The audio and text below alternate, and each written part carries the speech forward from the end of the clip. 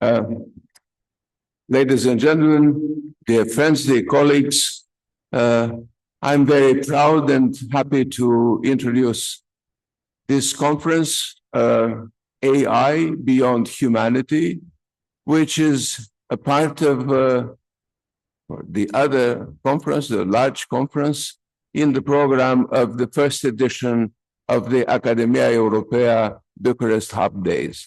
So we celebrate 1 year since the foundation of the Academia Europaea Bucharest Hub, and we celebrate it this way. This morning, as I mentioned earlier, we had a conference. We hosted a conference with my dear colleague from Athens, Ioannis Liritsis, also a member of the Academia Europaea, and the Vice President of the European Academy located in Salzburg. A very important project, the Emporian Road, which is going to lead into a series of international encounters, collective volumes, larger projects. It has a historical value, philological, etc., but it also has a very important epistemological, theoretical, comparative horizon. And we are very proud that this started here. Before I get to my introductory points, I want to say that just these days, I cooperate very closely with a group of colleagues from the Hebrew University in Jerusalem. They are working on a hub of the Academia Europaea under my, advice, with my strategic and support. And this hub is going to focus actually on artificial intelligence and not of the technical parts of it, because there are others in Israel who can easily take care of that. But we are concentrating at the future hub, I hope, in Jerusalem on the theoretical, academic, educational, social dimensions of artificial intelligence. I would like also to, first of all, greet the president of the Romanian Academy, Professor Marius Andru, who is here with us. He was here.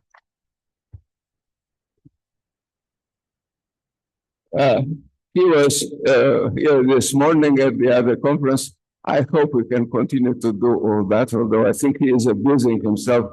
Anyhow, we shall see. I also greet the Vice President of the Romanian Academy, Professor Nicolae Zamfir, who is a trusted friend and ally in this process of building the presence of the Academia Europaea in Romania, and in fact through Bucharest around the world. So there will be two sessions this afternoon.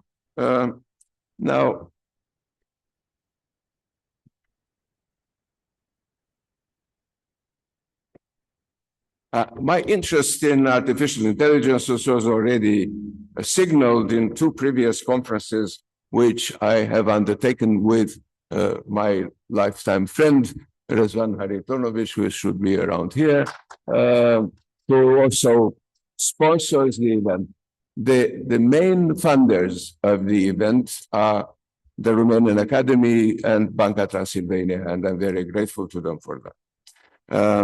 Now, in my interest in artificial intelligence goes back to my early years in high school, when I was interested in physics, information technology, science fiction, but also in classical humanities. And although artificial intelligence was not the word of the day at the time, 50-some years ago, as my colleague here present, a veteran from the same year, Sorin Simeon knows very well, the time was not for that because at the time there was still hope that technological progress was not going to impede the free, natural development of humanity, but rather would assist it, support it, enhance it. We knew from dystopias, of course, that this was not always the case. Alexandru Mironov here present is a reader of dystopias himself and knows about that, has known for a lifetime. There was always an ambiguity in all that people were saying, writing, dreaming about technology. I mentioned at other conferences that there is a certain, well, you can say a kind of Faustian pact or a kind of Faustian limitation to what people can undertake. And there is a kind of human hubris which is very deeply seated that makes people first instrumentalize reason and then grant these instruments a kind of autonomy, ontological, of course, but also, more importantly, I guess, psychological, epistemological, even mystical or metaphysical. And that was not in all the mainstream visions of the future from the 1960s, 70s, when information technology was starting to shape up. But it later joined this discussion. And my reflection was this, which I expressed elsewhere as well. My interest is in this topic, which I announced as a kind of title for my introductory remarks, which I will keep very short, I can tell you. It is exactly this process of delegation, of looking at this transformation that I mentioned before. And my title was Towards a Post-Human Noosphere. Now, most of you, or many of you, would recognize the term noosphere, which was, of course, first launched in the interwar period on top of other spheres that were discussed at the time by the great theologian and philosopher and humanist thinker Teilhard de Chardin. He was looking at this over-encompassing, all-encompassing sphere. This was modeled on the other ideas that were becoming to emerge, like in Verdansky's work, the biosphere, the geosphere. These notions are not always present, although ideas of a larger sphere or of spheres or of the cosmos existed before. But this was an idea that there is something, a complexity of spheres that are centered upon the core of our planet. And on top of them all, of course, one should find the noosphere.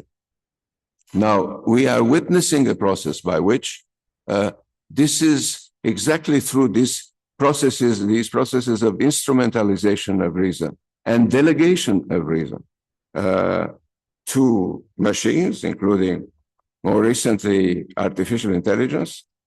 And my focus is on the massive impact of artificial intelligence on the definition, production, evaluation, canonization, dissemination, and even subversion of knowledge in all fields.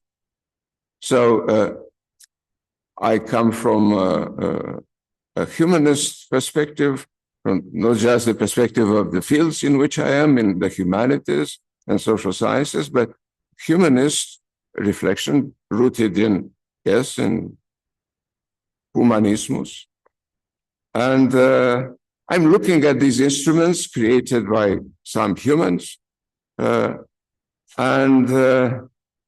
Yes, they have been built, trained, experimented with, spread to all forms of human activity or existence. Now, while lay people, ordinary people, if such a thing exists, were looking in disbelief and awe entertaining both high expectations and growing distrust, ultimately engaging in a passionate mind game about endless possibility and apocalypse. So we are here to look into these issues, and we invited a number of scholars from several fields, and here we go. The first speaker to launch the whole thing, to continue, is Professor Gheorghe Ștefan, corresponding member of the Academy. Gheorghe, your turn, sir. And who is going to talk to us about AI for controlling our world beyond humanly accessible complexity. You have the floor. Now, it would be smart of us to stick to a 15-minute limit if possible, if at all possible. If not, at most 20 minutes. I would appreciate that.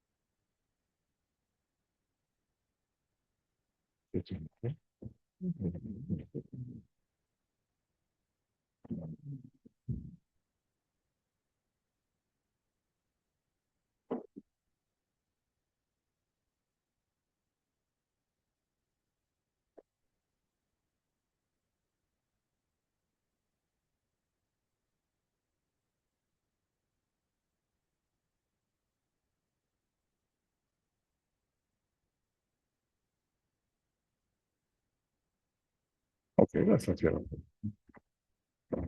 Deci, aici am buton. O să... Okay.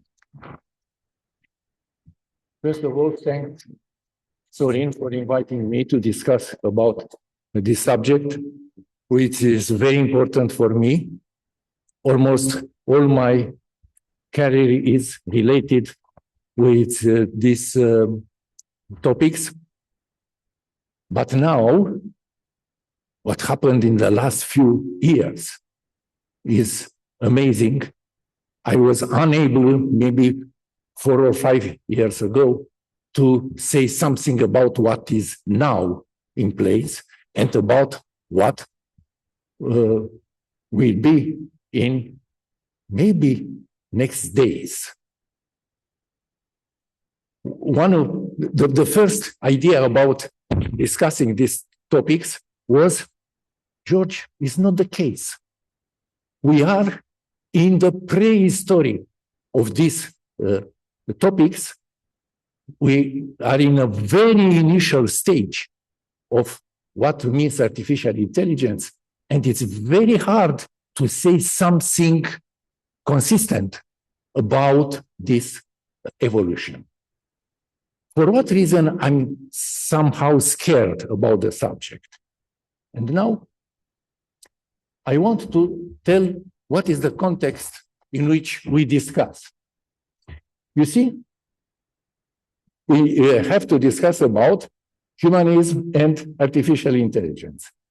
Humanism, as part of noosphere, like Sorin told us before, was also a Russian guy who introduced the term, but this is history. And what is important, that this humanism, which is part of the living, has an evolution which has a shape which is logarithmic. For the humanist between us, logarithmic is the evolution which is green. Okay?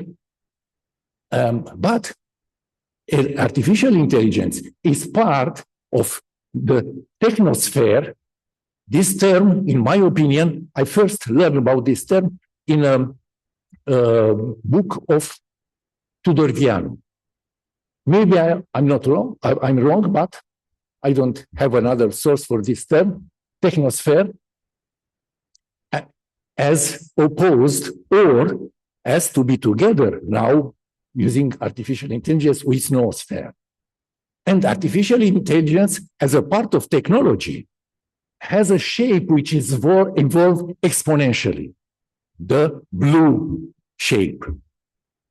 And also, all this develop in a context of population increase, which is exponential. And in this case, humanism faces to exponential. It's a logarithmic process which faces to exponential. This is, in my opinion, the main things which will decide how this domain will evolve in our world. And I want to go fast. First, about population exponential. This is very clear. Initial population started almost linearly because the mathematician knows that in initial stage an exponential can be approximated linearly, but in one moment started to go exponentially. What is important for what I intend to do is the content of this increasing population. And I used a book and the research made by Robert Kiggans, which was, now he is retired maybe, he was the director of the Department of Education at Harvard University. And he classified the population according to this order of consciousness. For me, it's very important, the order 3 and order 4, because contain almost all the population. In order 3, we have a population which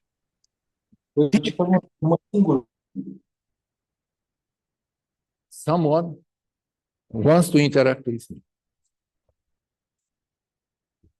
Oh, we have also, okay, nice. To do perfect.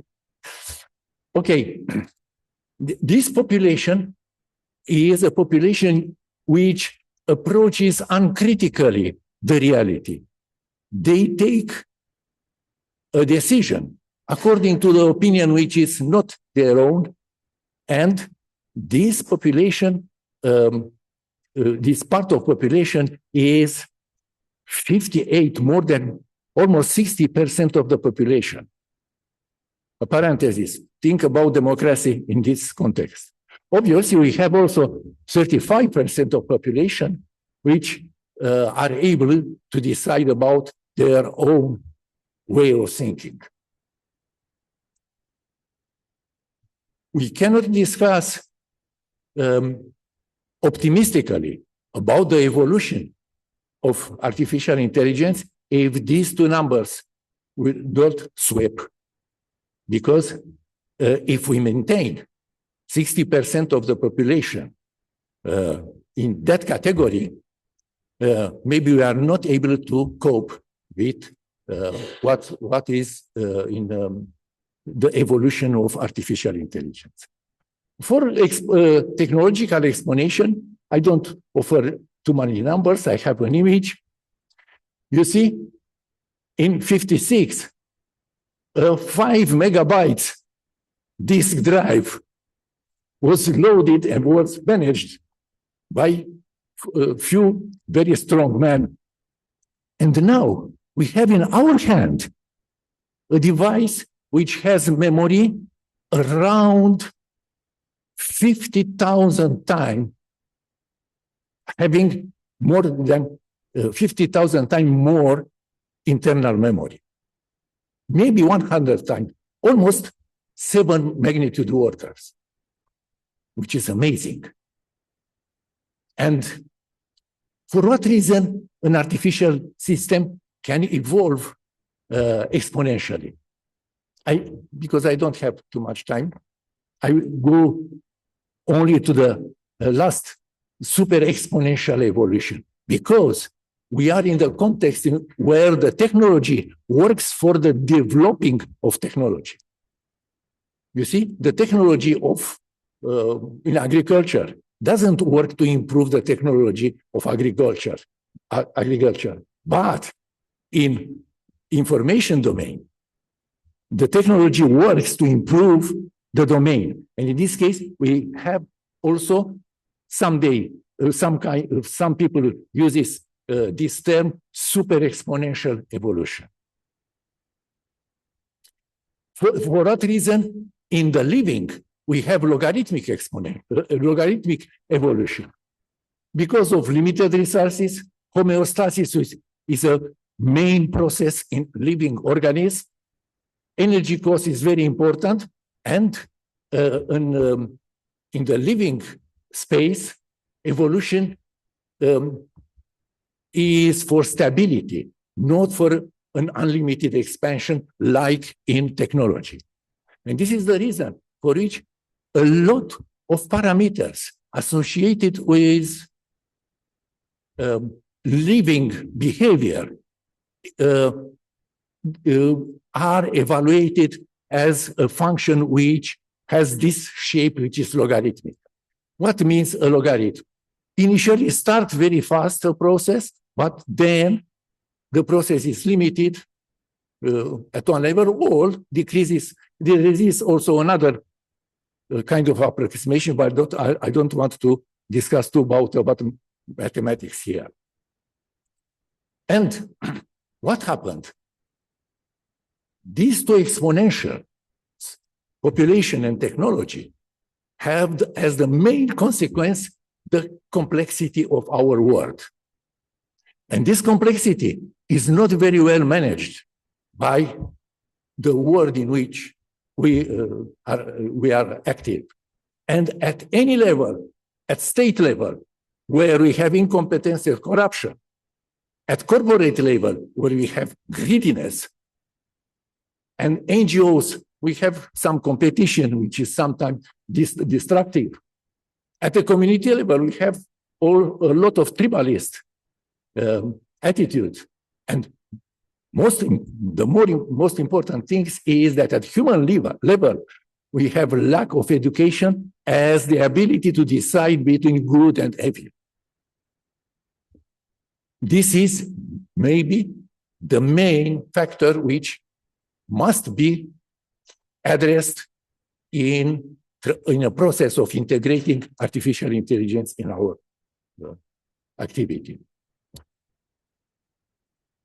And what I intend to define, to tell you, is about co-evolution of living humanity and the formal structural artificial intelligence. Living versus formal structural. And we have a context in which this co-evolution happens. It's about labor market. Economy will become very well dependent on AI infrastructure.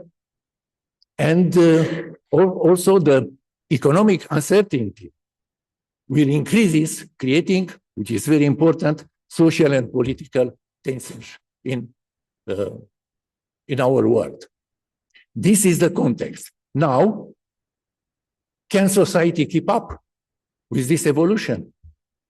And I'm very positive now. And I said, yes, but we need massive investment, transitional policies, accessible AI infrastructure,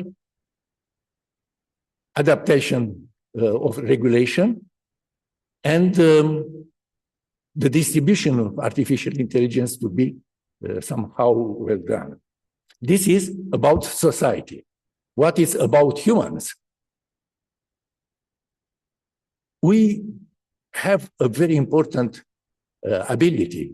This is our neural plasticity, which is very important and is a chance for dealing with the exponential, with our logarithmic behavior, with the exponential of technology.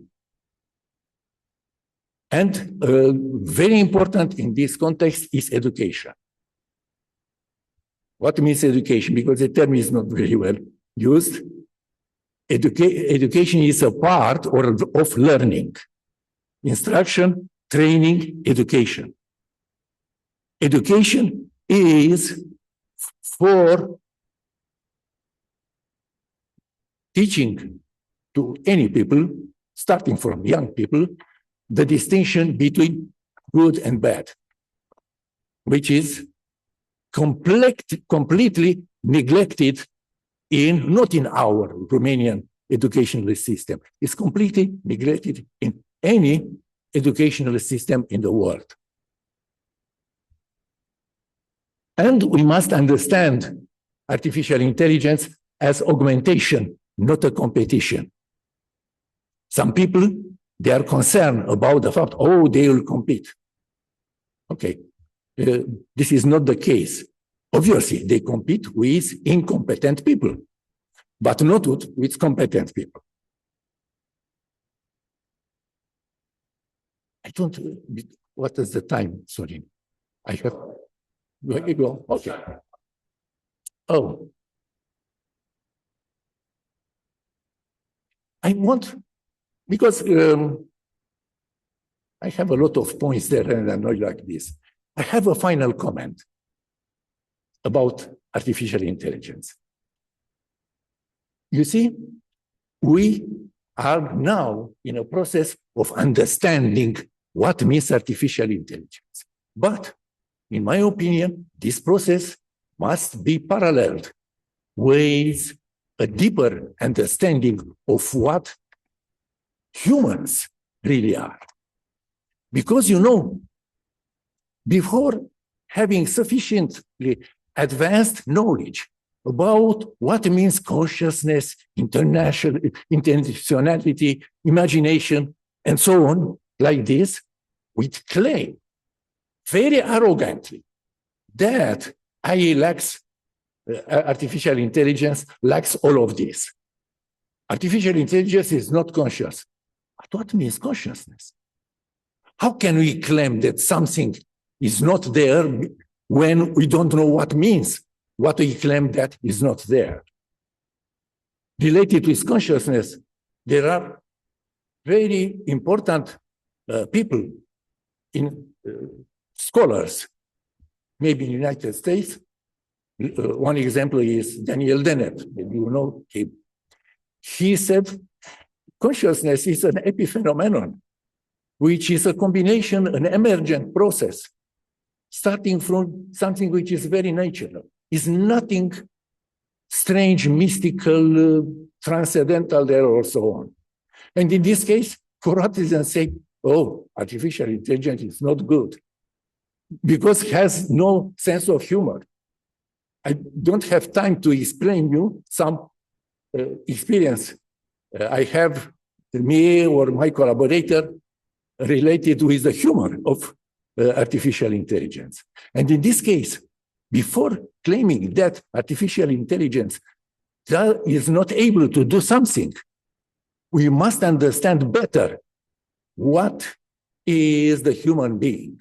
And in this case, discussing about artificial intelligence maybe we enable us to understand better what we are, because we elevated somehow the human being in a higher place, maybe a higher than the human being is able to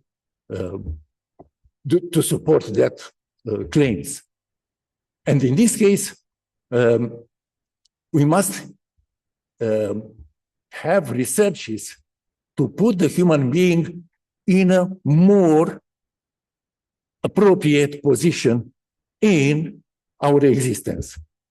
And this is one of the most important things which must be done when we intend to understand the relation between what we discuss here, artificial intelligence and human. Because we cannot claim we know what means humans, and we want to apply what we know about humans to artificial intelligence. Wrong. Okay, now conclusions, very shortly. First of all, we not compete with artificial intelligence, which is very clear. You know, we don't compete not with artificial intelligence.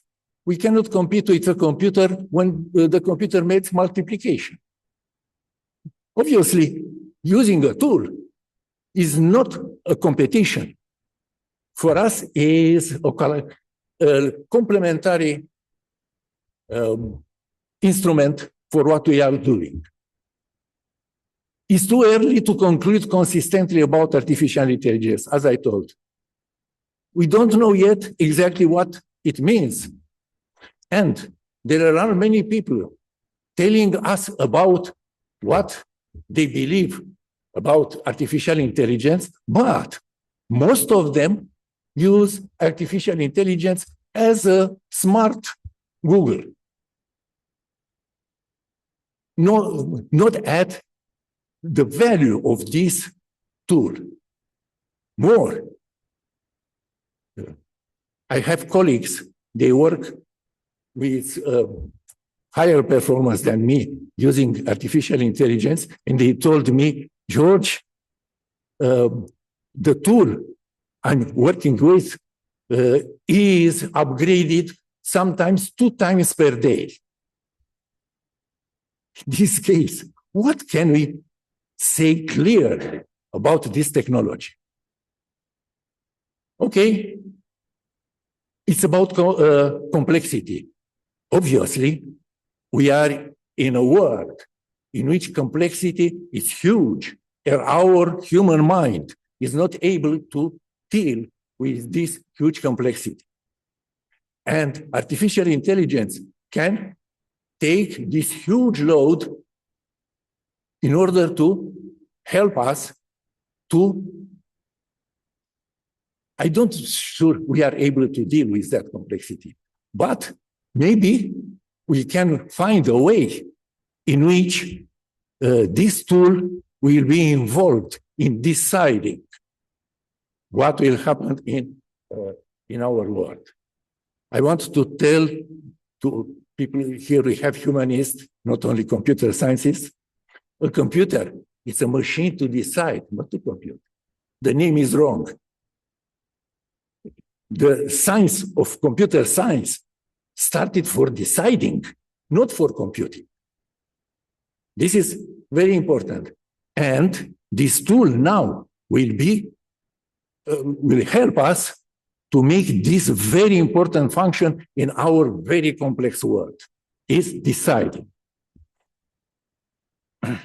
I told you, we maybe gradually understand more about we are analyzing our interaction with artificial intelligence.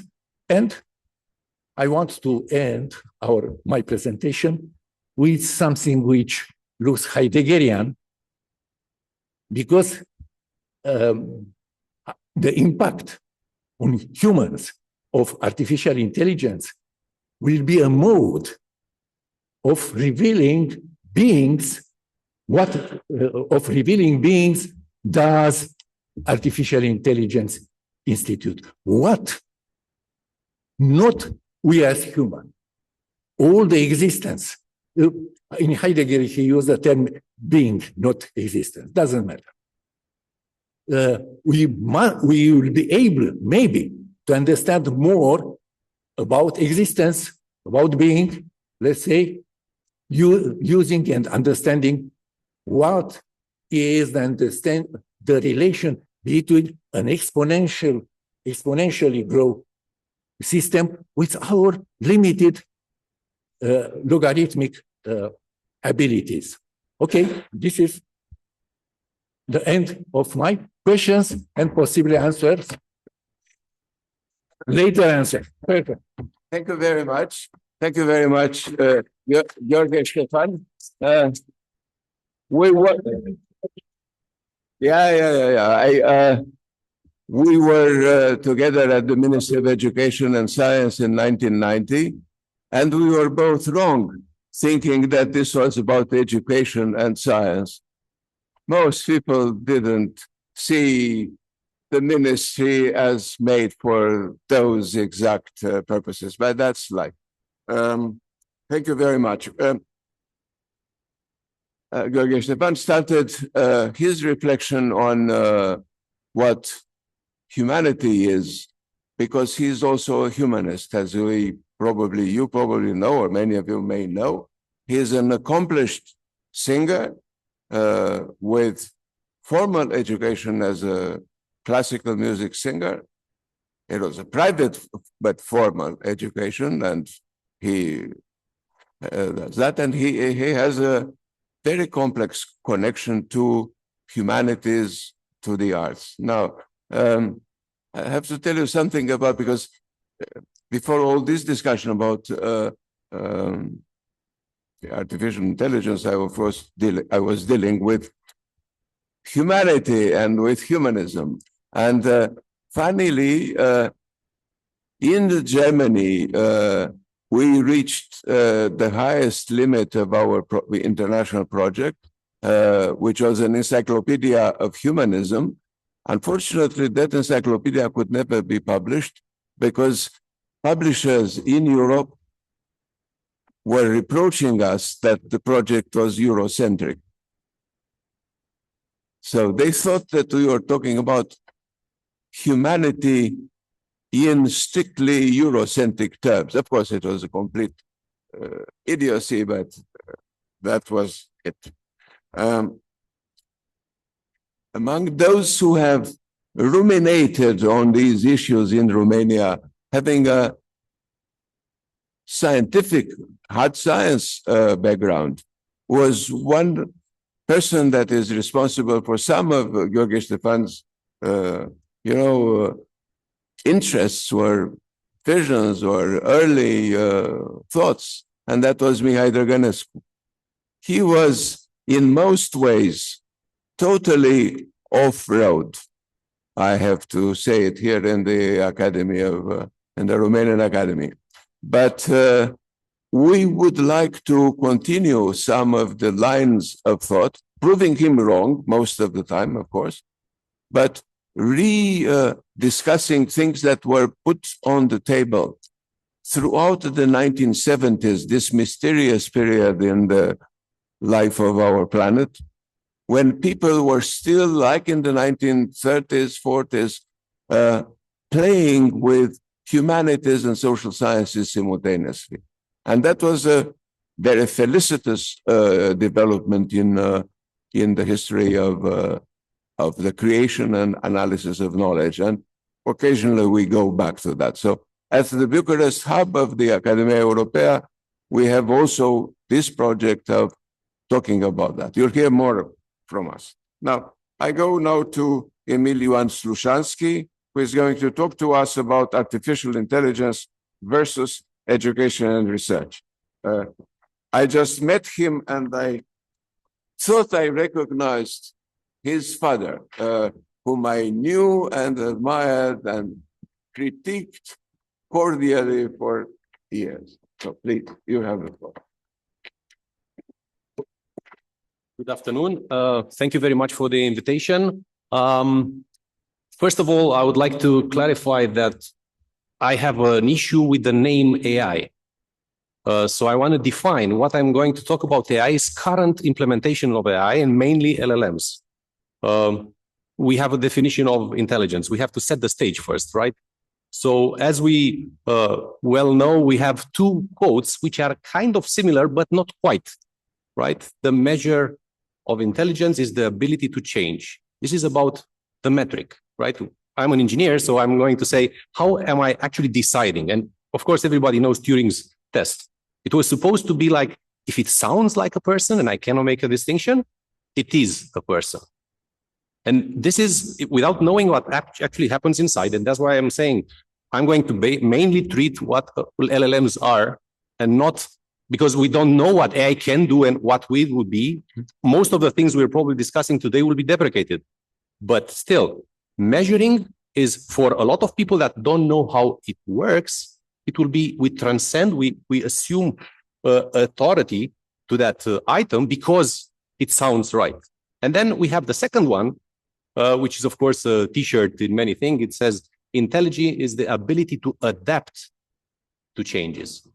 And that goes towards my discussion here, education and research. So it's a different thing, the possibility. And it, of course, we know from using AIs, in a context, it adapts or changes every 5 seconds. Your context changes, right? If you put another question, or actually the same question several times, you'll get different answers because you got a different tool. Adaptability is about learning, right? And that's what I'm going to ascertain here, that we have to exactly adapt and continue learning.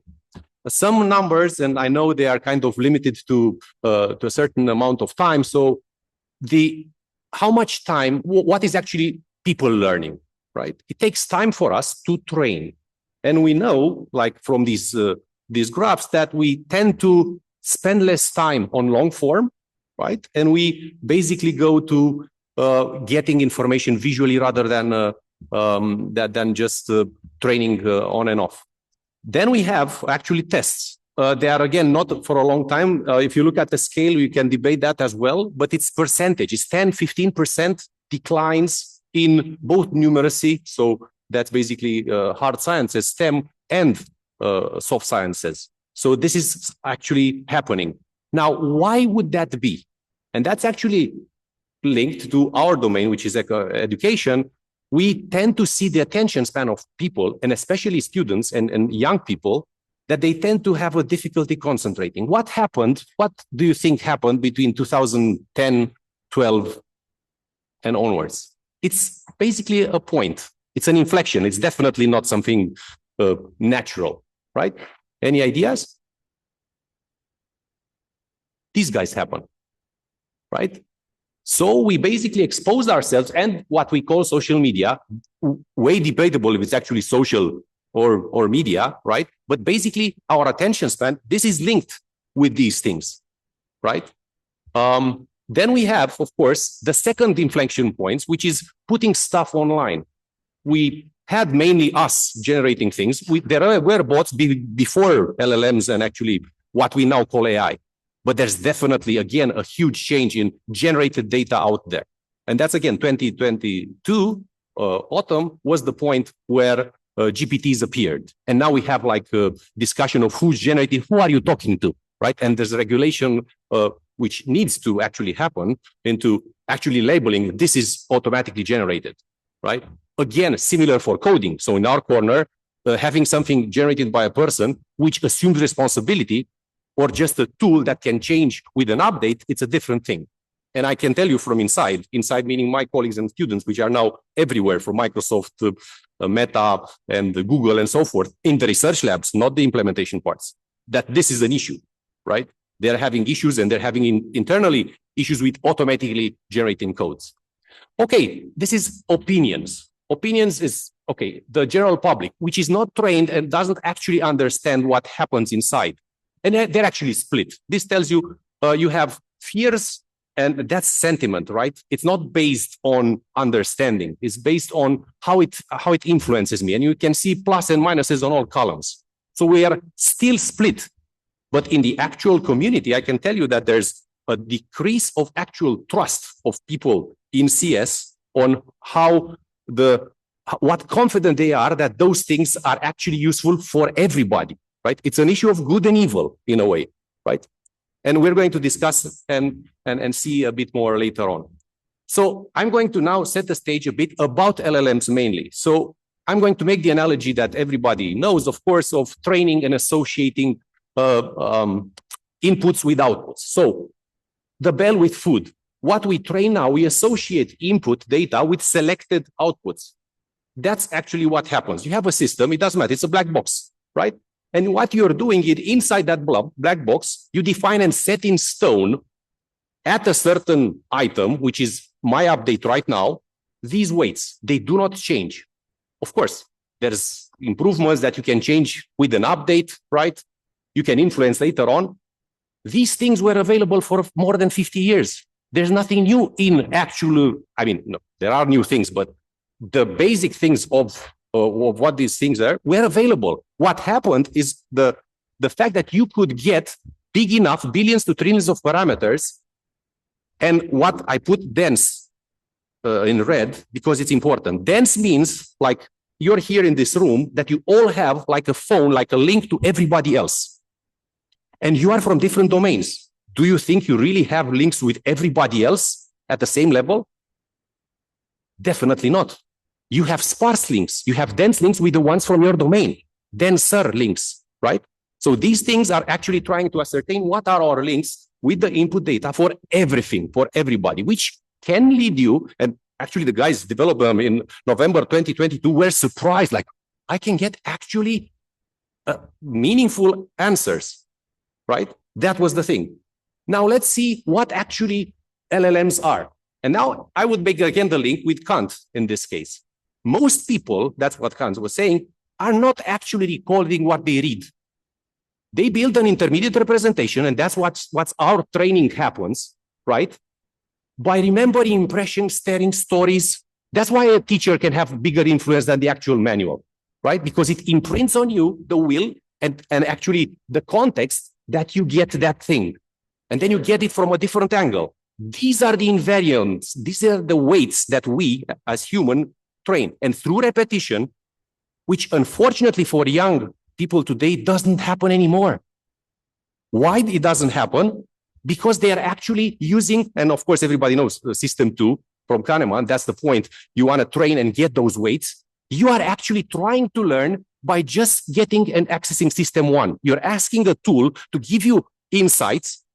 You do not have time. You know, learning needs time.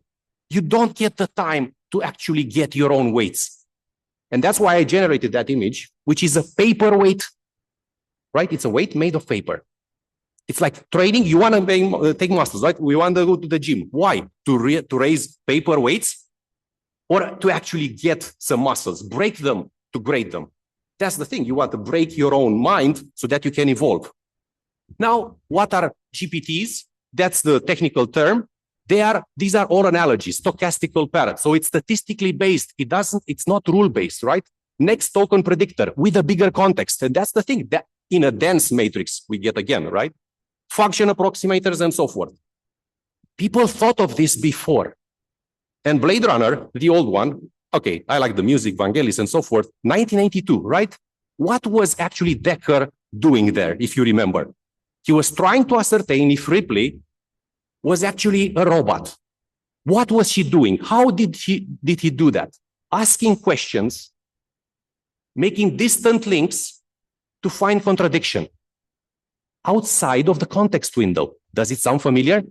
That's exactly what now we are doing with longer and longer windows. If you're trying to get a GPT to generate an infinite number of tokens, at the end, they're going to be gibberish. Always. They're not going to make sense. Outside the context window, they're going to be blah, blah, blah. Blah, blah is structured. Actually, nothing. There's random out there. By definition, right? Which is kind of, you're going to say, but really? Try it out. It's going to cost you a lot of money, by the way, with all the tokens, right? Okay, so what are the limitations? The limitations are actually new ideas. And of course, they're useful. And you're going to say, but I can use them. And I'm going to get to that as well. It depends who's using the tools and how. Producing what is called fluent nonsense. Fluent because it sounds right. Nonsense because if you dig really technically in some things which do not sustain their own weight, then you have a problem. So it's the appearance of fluency. And then you have brittleness and other things, and they are difficult and tough for research as well as education. Putting these constraints, the self-imposed constraints, are what professionals are doing, right? Getting the solutions, and that's what harness and ages are, and I'm going to get to that as well. AI-friendly things are what? Whole world knowledge, stuff that has to do with physical labor, interaction. That's why now, you might know that they have finished with everything that is written, that is actually labeled, and that we know, that we have written, I mean, as humanity. Now they're moving to what? Images and generated sound. So a virtual world which doesn't happen, with possibilities. But there are things that make sense and things that don't make sense, right? Try to make your LLM drive not a car, right? A bike. Keep the equilibrium. Guessing the next token, vibe code that, okay, and you're going to say, but I'm going to fall. But what if it's a car and it's your kid in it? Would you step in it? Okay, so what are actually these tools are built on existing knowledge. And I built again, I generated this image. It's the information plane is actually a plane. That's the data that we're feeding it with. It's going, when you're asking things, you're going to get answers on that plane. But reality, it's not three-dimensional as our pictures go, but it's multidimensional. So thinking that you're going to get useful answers directly or epiphanies or self-improvement just from this plane is probably not the way to go. So what you need is actually getting to keep the critical thinking, the human in the loop, to be able to use them properly to get out of this information plane. So we start from data, of course. We know, and now you see the currency is data everywhere, right? But even teaching the best people the principles and the techniques, educating them, as Professor Ștefan was saying, designing great models. If you feed them bad data, and we've established that the actual real label data is kind of over, not even that, I can tell you, colleagues and students are now, and professionals are entering bad data so that they keep their jobs. By the way, that's something that happens right now. So you're going to get bad answers out of them. They're going to give you bad advice.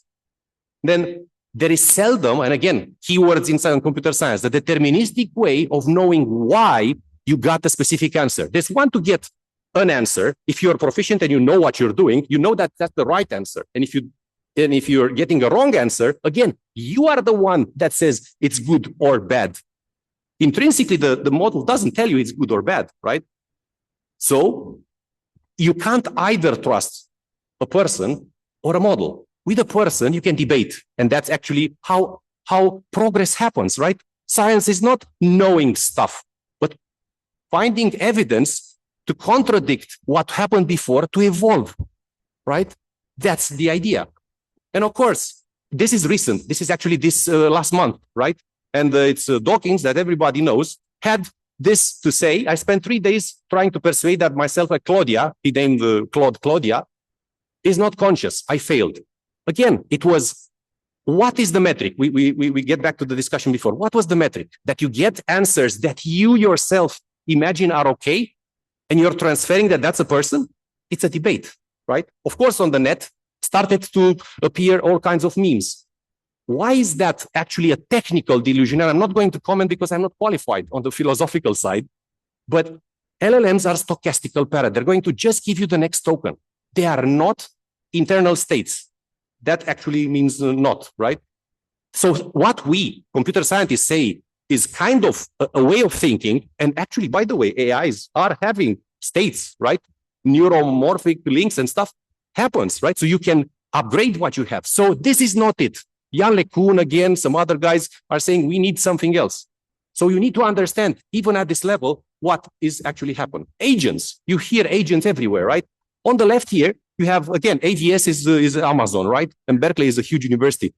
This is how they got to actually delete the files, right? So it's a simple thing. It's not complicated. First, archive them. See, archiving saves space. Then you say, please do something else. And then, we don't need that for this context. And they deleted it, right? And then again, huge study with, again, the biggest university saying, it's not that easy. So there is research, but again, the big public and press, especially, they're after clicks and sensational today.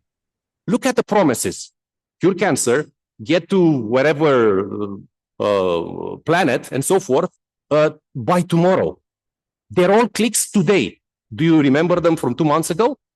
Let's see them do just one of these things, right?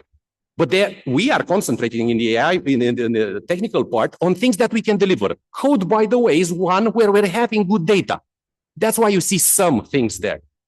A friend of mine makes 50 this year. So, okay, this is a Romanian joke, right? His name is Bogdan Dragomir. And I said, please generate for me BD la munte și la mare, right? And then, of course, if you look at it, there's an error. There are musicians here probably. That's not the right place for La. That is Sol, right? But because on the net you have mostly Sol, this is what generated. And I have to tell him, please use that A, right, and put it right. It took me 5 iterations to put it right. That's a context thing, right?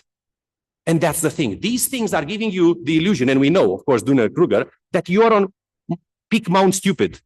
Getting people, and that's our thing with education, it's tough to get our students to want to get back from there and work hard, right? Because education and learning is a personal thing. It's not a destination. And this is about scientists, right? You do not have the answers. You are just asking the concrete and useful questions in your domain. That's what you're doing. So what can be done?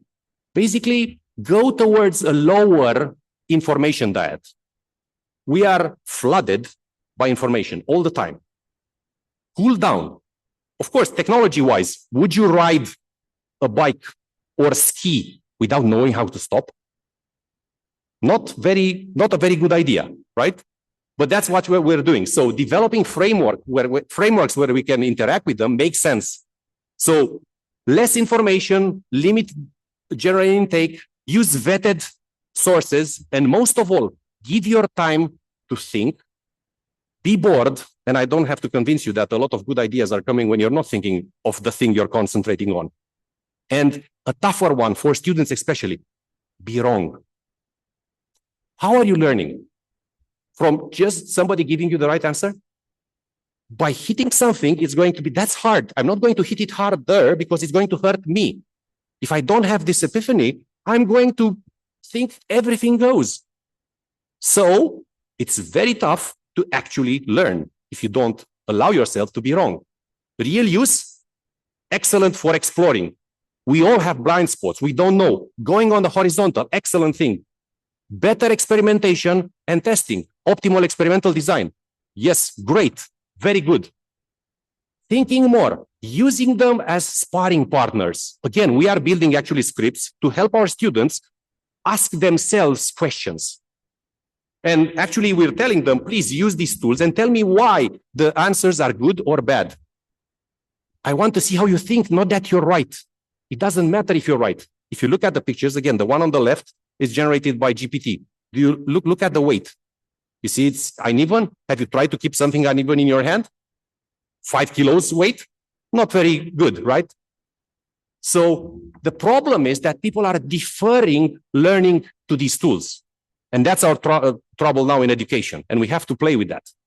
So instead of saying bicycle for your mind, as Steve Jobs was saying, I'm going to sell rather exoskeletons, like Ripley had with Alien, right? But it's the mind on the one side. So for people, we had a contest with students saying, a debate, saying, do you think that AI is actually a cognitive atrophy issue or not? And the guy that was a gold Olympiad was saying, but do you know what I can do with them? A lot of things. He was the one on the left. He was already trained. So he was more proficient. However, if you're a newbie and you're just developing, you lack what we discussed before, the experiences of actually being stupid, being wrong, and not knowing. We have all grew and went to sleep not knowing stuff, being frustrated. That is a good thing. That is not a bad thing. A lot of kids these days think they know when they go to sleep. And that's not a very good thing, actually. Right?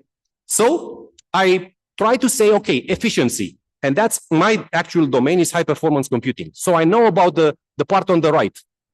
And I have how much power and how much efficiency do this system have? So we have like a light bulb on our heads. That's our consumptions. And we can do it with a cola and with a sandwich, right? And the important things in terms of, let's say, technical, it's the word sparse on the left-hand side, as you can see for connections, and massive parallelism for the brain, and dense on the other side, and complications in parallelism on the right-hand side. Because you need to have a dense thing, like I was saying in the beginning, and a connection for everything, it's going to cost you a lot of power, not just for training, by the way, for inference as well. That is why there is not yet a business case for these tools. So we grow accustomed to them, but we're living on borrowed power, not money. Money is actually power. I mean, electrical power in this case. So that's one. And then the second one is, how can we use them? And again, I built this one and I said, generative model for explorative tasks. Great. Try to do the mundane things, but you have to know what they are. Verification, right? Try to get about the trimming of your data, and then keep the human in the loop all the time. For specific things, you need the one which is yellow. You need the deterministic ones with the states I was saying in the beginning. That's exactly what you want. They all get inside, and you cannot forget the bottom right, which is efficiency. Efficiency, power, it makes sense, and the feedback loop. If you look at the picture, again, look at these errors. So it says field from, right? It's actually not a word. So it's badly generated. The arrow there is blue. It should come from that things. If you don't look at them, you're going to think, well, they are perfect. Do you know, I haven't even tried to get them right because it's time that I don't want to expend, right? The idea is the one that I want to get in, right? And I am the one being able to say that's a problem. So what we say for training, continue to stress the minds and the hearts, cultivate curiosity, and maintain what is called intellectual humility, right? Knowing what you don't know. In science, again, verify theories, practical experiments is what you need to do. And then do not replace critical thinking. That's something that actually everybody needs to do. Most of all, never stop learning because, of course, education is not something that can finish. Last, be Galadriel or Gandalf, the white, not Saruman, the multicolorful. White has all the colors. And if you remember, they were both offered the power. And what they remained humans, elves, whatever. It's our team here. And they said, no, I'm not going to replace my thinking with this. What Saruman has in his hands is a palantir. I'm not going to say more than this. Thank you.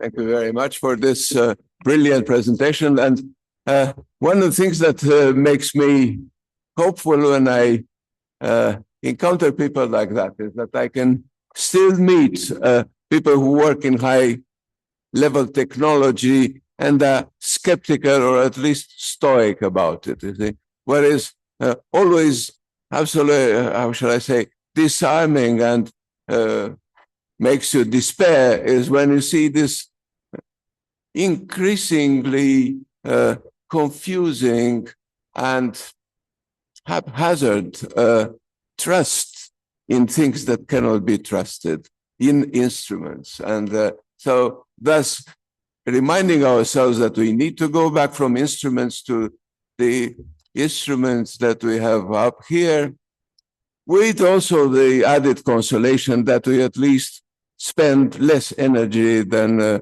sophisticated AI machines. So when you also meet stupid people, at least that consolation is, I think, important. They are also saving the planet before they take action. So they are cheap from the point of view of energy consumption.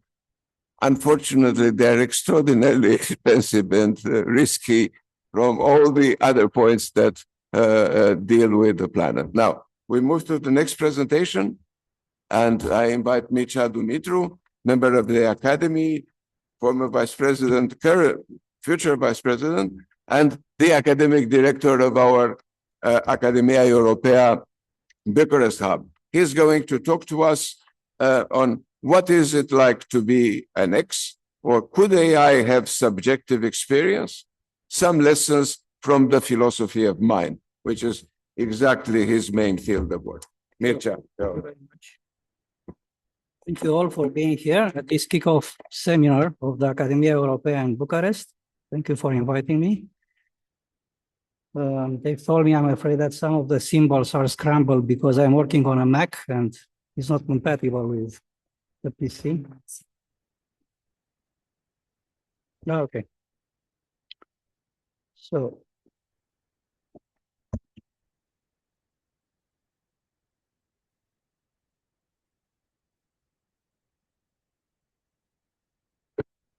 Yeah, before they start, let me just tell you a short story, a real story about the beginning of this field.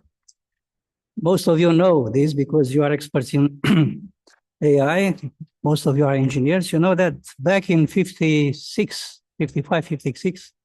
some brilliant engineers gathered together at Dartmouth College, and they started this field of artificial intelligence. And one of them, John McCarthy, coined the very term artificial intelligence.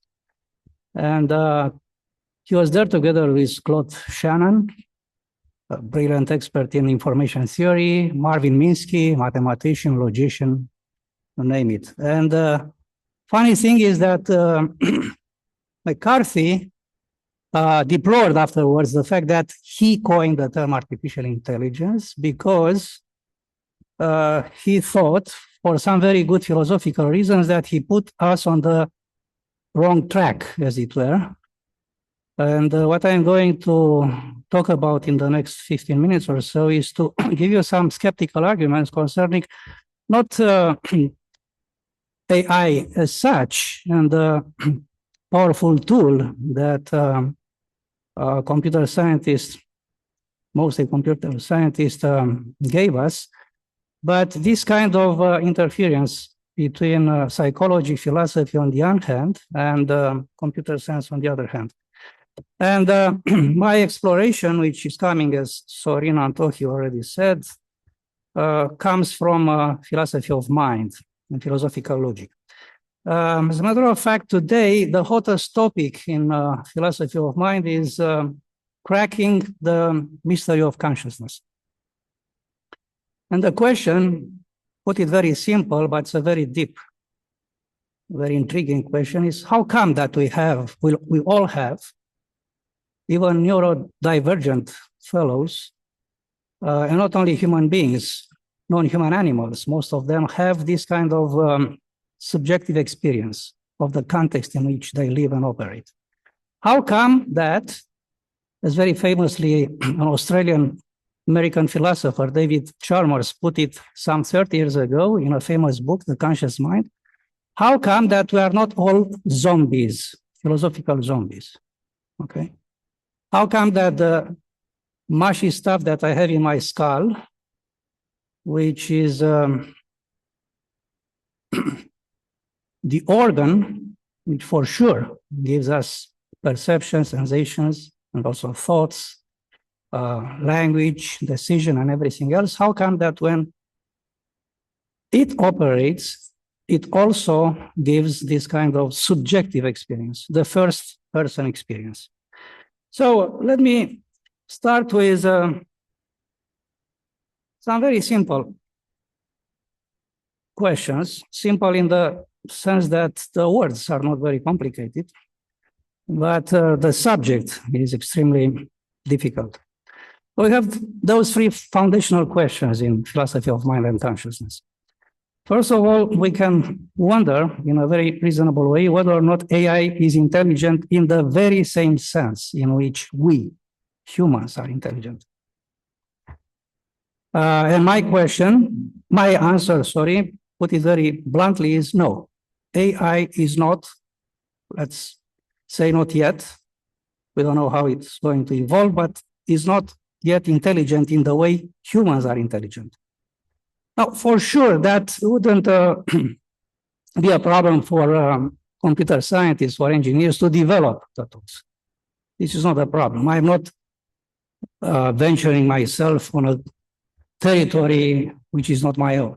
What I want to give you is a sort of exercise in clarification, conceptual clarification, because most of the time, if we do not ask the right questions, for sure we are not going to get the good answers. First of all, we need to know how to raise good questions, not model questions, and then we can look for good answers to the questions.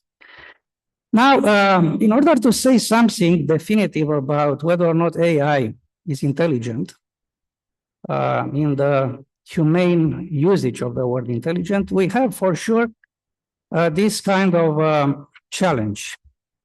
Do we have a unified explanation of the conscious human mind? For sure, no. the mind remains largely deeply unexplained, especially those conscious aspects that I already hinted at. Do we therefore understand human intelligence, since we don't have a final unified theory of human mind, including conscious mind? Of course, no. We are far from understanding what intelligence truly is.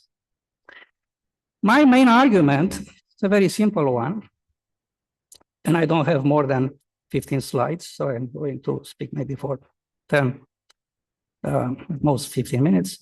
My main argument is that AI is not, quote unquote, intelligent in any meaningful human sense. Moreover, general AI would only be realistic if we had a comprehensive physicalist understanding of the mind, which we do not and arguably cannot have. As they say, nobody is perfect. Computer scientists are very good at what they are doing. Engineers are wonderful, but they don't know philosophy or psychology. Likewise, philosophers and psychologists are not experts in computer science in general. So if we talk in general about human intelligence, for sure we need to look at what psychologists have to say, and not in the least philosophers have to say. Therefore, there is this genuine need for cooperation, for this kind of workshops, and as they put it now, in a more or less conventional sense, we need interdisciplinarity, which is a genuine interdisciplinarity here. It's not something that we harbor when we have some colloquia and we need funding in order to get the things going. This is actually one of the topics in which we really need this kind of interdisciplinarity if we really want to understand better what's going on here. Now,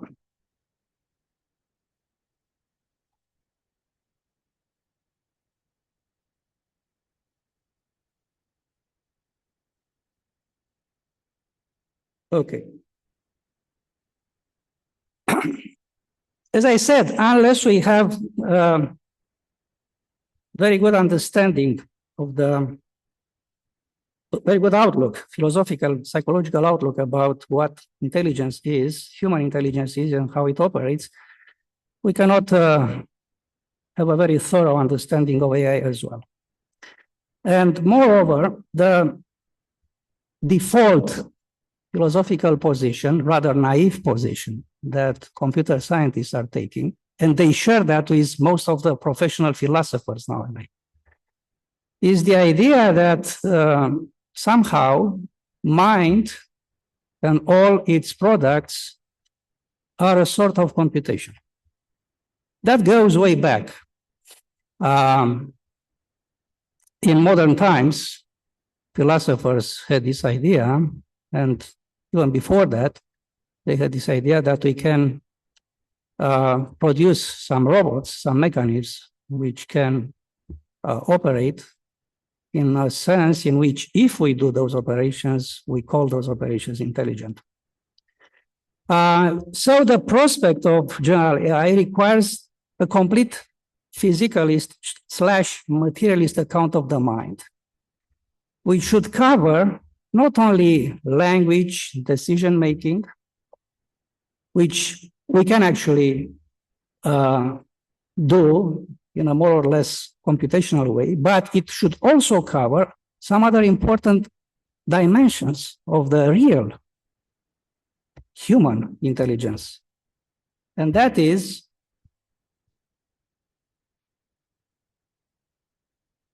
as you see on my slide, sensations, perceptions, propositional attitudes, in addition and on top of decision-making, language, meanings, but also values, emotions, and not in the least, what we call in philosophy, especially in consciousness, qualia, which is the subjective content of the first-person experience. I'm going to talk more about that in my presentation.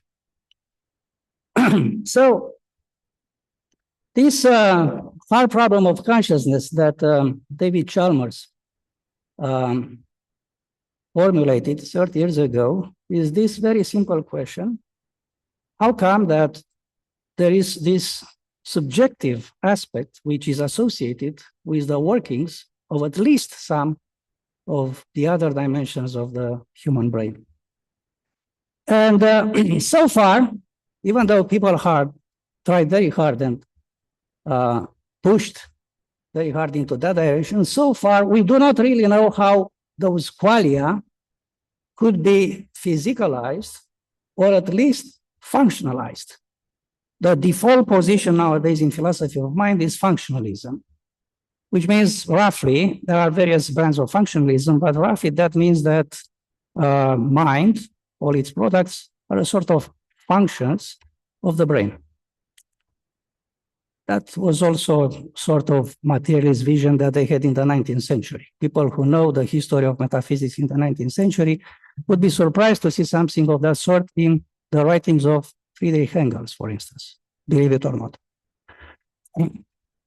Yeah, for sure, people who are now working in functionalism, they didn't read Engels, as I did when I was a student at the Faculty of Philosophy in 1980s. But that kind of vision is coming back repeatedly, this kind of vision in which everything could be reduced or could be identified with the working of some physicalist material, which is actually the brain. My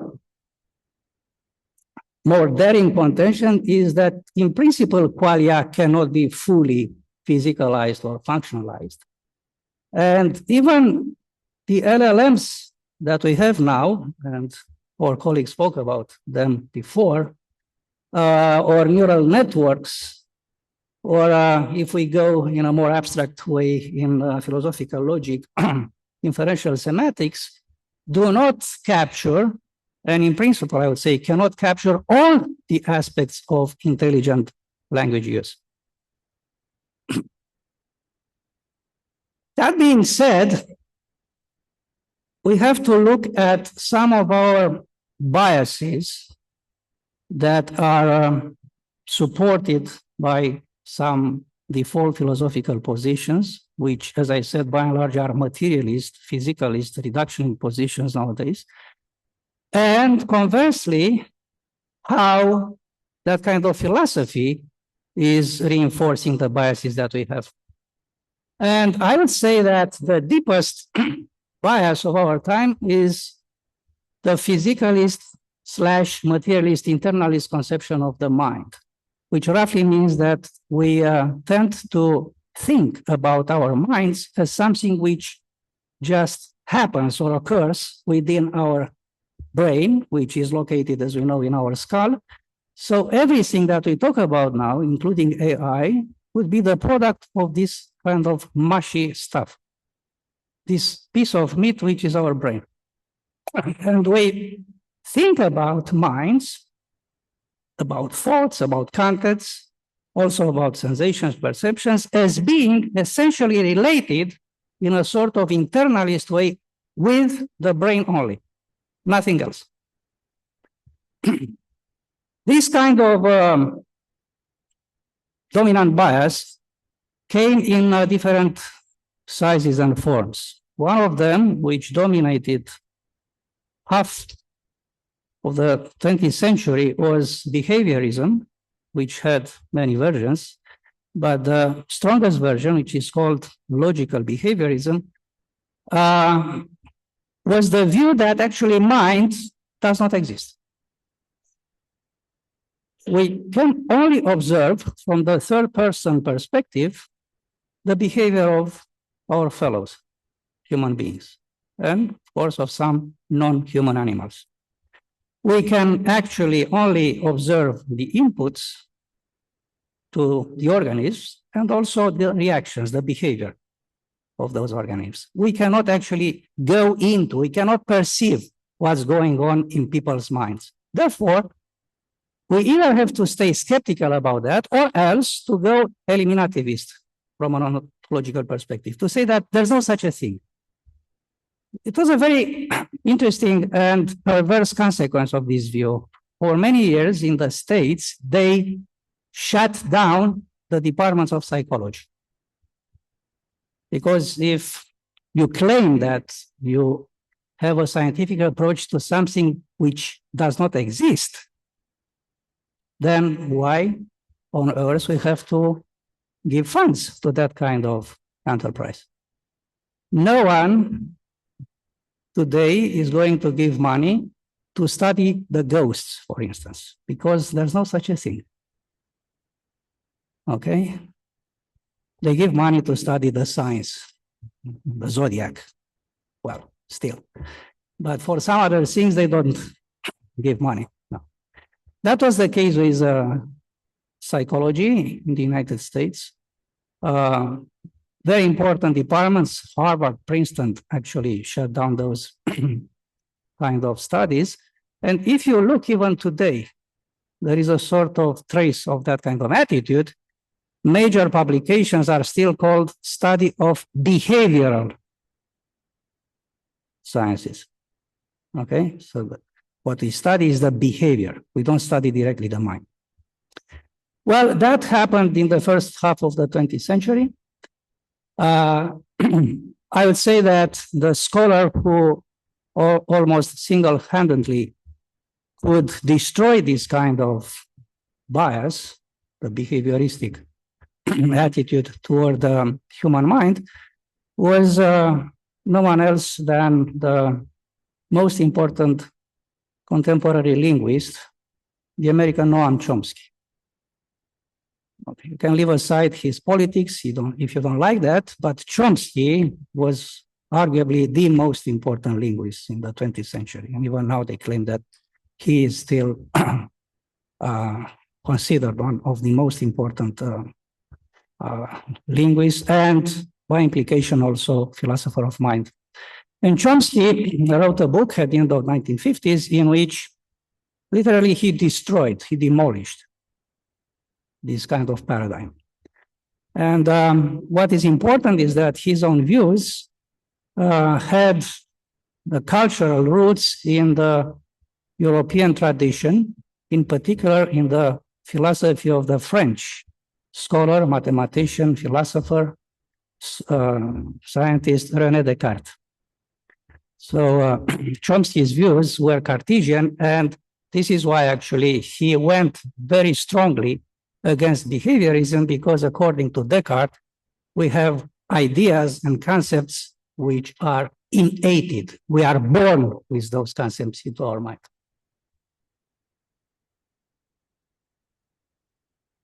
Then another answer, another reaction after behaviorism was this kind of reductionist view, identity theory, according to which mind is identical to brain.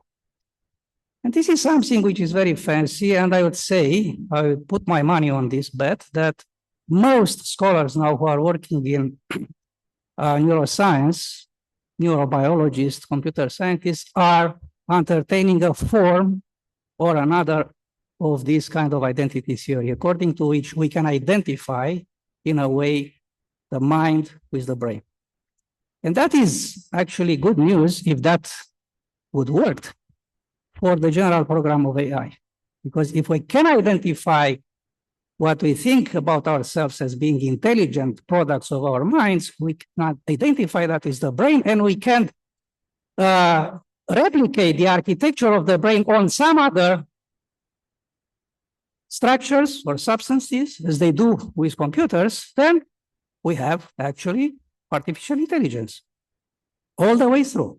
As we have human intelligence, we actually use some other substratum or substrata in order to have the very same architecture.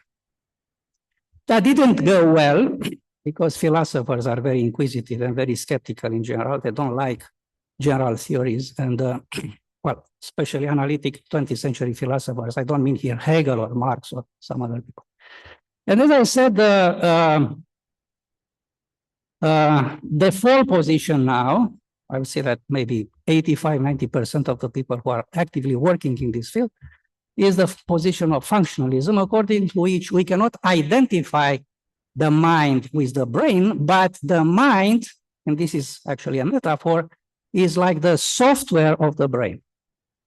The same way in which we have softwares which are operated by different hardwares, Okay, we have mental products, which are actually the workings of the brain. But that actually leaves open also the possibility of AI, because there is nothing of the sort that we could call human chauvinistic. Okay, it's not something human-centric here, because if mind is a software which could be operated on different substrata, then why not some robots, some, I don't know, platforms, some algorithms could operate as our brains do. So functionalism actually would be, if successful, the philosophical context in which AI, general AI, could grow. Okay, my blunt answer is functionalism does not work. We don't have a theory. Maybe we are not able to produce a good theory of that, but for reasons that I'm going now to go over and to sketch in front of you, I cannot go into the details. Some of them are rather technical. Philosophy became a very, very technical subject recently. But the overall moral is that functionalism cannot account for some aspects of human intelligence that are not deemed as very important. And this is one of the other biases that worked in favor of AI and against understanding in a proper way human intelligence. Okay. Question, does AI have qualia? I checked this with some colleagues of mine in Romania and some other places who are actively working in AI, and they are even more skeptical than myself about the answer to this. And they say, no, for sure they don't have that. They don't have subjectivity in the way in which we are supposed to be subjective when we act in an intelligent way. And that is something which is culturally wrong, to identify computation, language usage, language comprehension with intelligence. And that would be the whole story. No. Real people need emotions, need sensations, need ideals, need values in order to operate in the intelligent way. And we know that from some stories, real stories, which are coming from neurobiology. People who, for some very unhappy reasons, got their brain damaged, they could operate on this computational level, but since the other aspects of their personality, emotions, subjectivity, sensations, did not operate well, they were not intelligent whatsoever in the human sense. Damasio is presenting such a case of a worker at the US Railroad in 1850, famous case of a person who was in that unfortunate situation. So the answer, general answer is AI, as it stands today, has no qualia, no subjective sensory experience whatsoever. But then the question could come, we don't know that yet, but could AI in principle have contents of subjective experience? The question is, we do not know. Maybe in the future. I don't have that kind of globe to see in the future, but most likely, if at all had that kind of subjective experience, it would be different from ours. Okay? But then why this matters? Well, explaining phenomenal consciousness is the scientific and philosophical problem of our age, maybe the final frontier of real knowledge. Nevertheless, every attempt to situate consciousness within the natural world has proved, as I said, anything but trivial. And we face this persistent dilemma. Either remain faithful to this kind of physicalism, reductionism, but then leave out consciousness. We cannot explain consciousness in that sense. Or else go for a completely different science, which is extremely unlikely today to change the science. This is why some philosophers are saying that people who are like myself saying that consciousness is this kind of nuts which we cannot crack are Mysterians. We love mysteries. Well, maybe consciousness is a sort of non-religious mystery that we still have. A few words about those philosophers who in the last 2 more minutes. In the last 50 years or so, challenged this dominant prevalent view, which is by and large physicalist, reductionist, or functionalist. The story began with this American philosopher who is still around, Thomas Nagel, who in 1974 wrote a very short and brilliant essay, What It Is Like to Be a Bat. Okay? And if you pose yourself that question, what it is like to be something, if you ask not what it is like to be a bat, what it is like to be myself, or I'm doing the favor, I'm asking myself, what it is like to be Sorin Antohi? Well, I have no clue, because I don't wear his shoes. Sorry? Yeah. Well, problem is that if you ask me, how was it like to be myself like 50 years ago, I would say, I don't know. I don't have that kind of eidetic memory to tell you right now, how was it like to be Mircea Dumitru like 50 years ago? Maybe I cannot say how was it like to be Mircea Dumitru 1 year ago. That's a very serious skeptical issue. The more so if we go to other genera, to other species, like the bats. And Tom Nagel actually chose the bats for a very good reason, because you know that they experience the world with the sonars. They don't have that kind of perception that we have. A very intelligent example that he gave us. Before I'm going to wrap up, let me give you another very nice and simple argument. This is actually a thought argument, Gedanken experiment. Let me tell you that in the methodology of philosophy, we use a lot thought experiments just to test to the limits some of our hypotheses. Most of them actually are common sense hypotheses. And this story was created, it's a bit far-fetched, but it's feasible. But the story as such was created by this contemporary Australian philosopher, Frank Jackson, still alive, who came up with this narrative.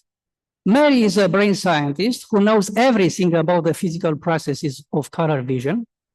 So again, perception, not computation, not language, just awareness of the color, qualia.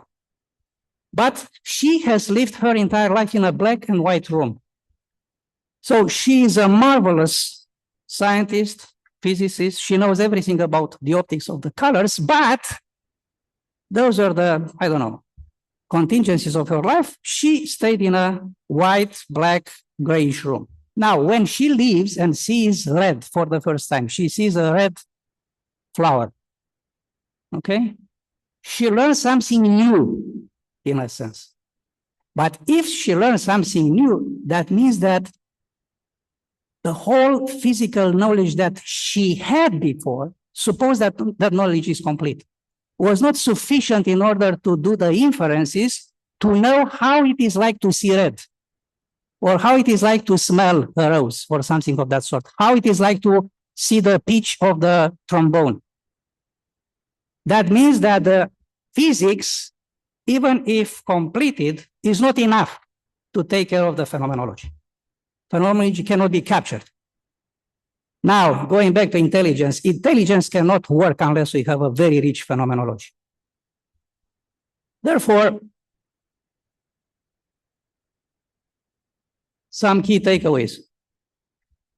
AI is not intelligent, lacks qualia and subjective experience. General AI is not realistic without a complete physicalist account of the mind, which we do not have. And in principle, I would say that's my bet. Couldn't have.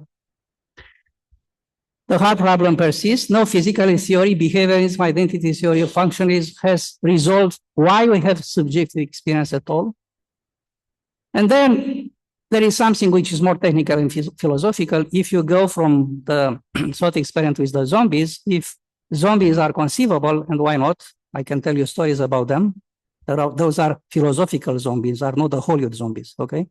So systems which are molecule for molecule duplicates of ours, but they don't have consciousness, okay? That's conceivable.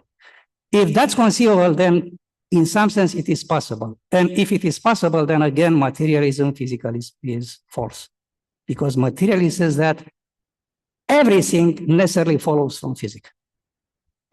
And the last point, explaining phenomenal consciousness is the defining scientific and philosophical problem of our age, and we remain far from a solution so far. And again, this is why we need this kind of togetherness, to use, again, a Heideggerian word, as our colleague used before. Only together we can actually address those kinds of issues. Thank you.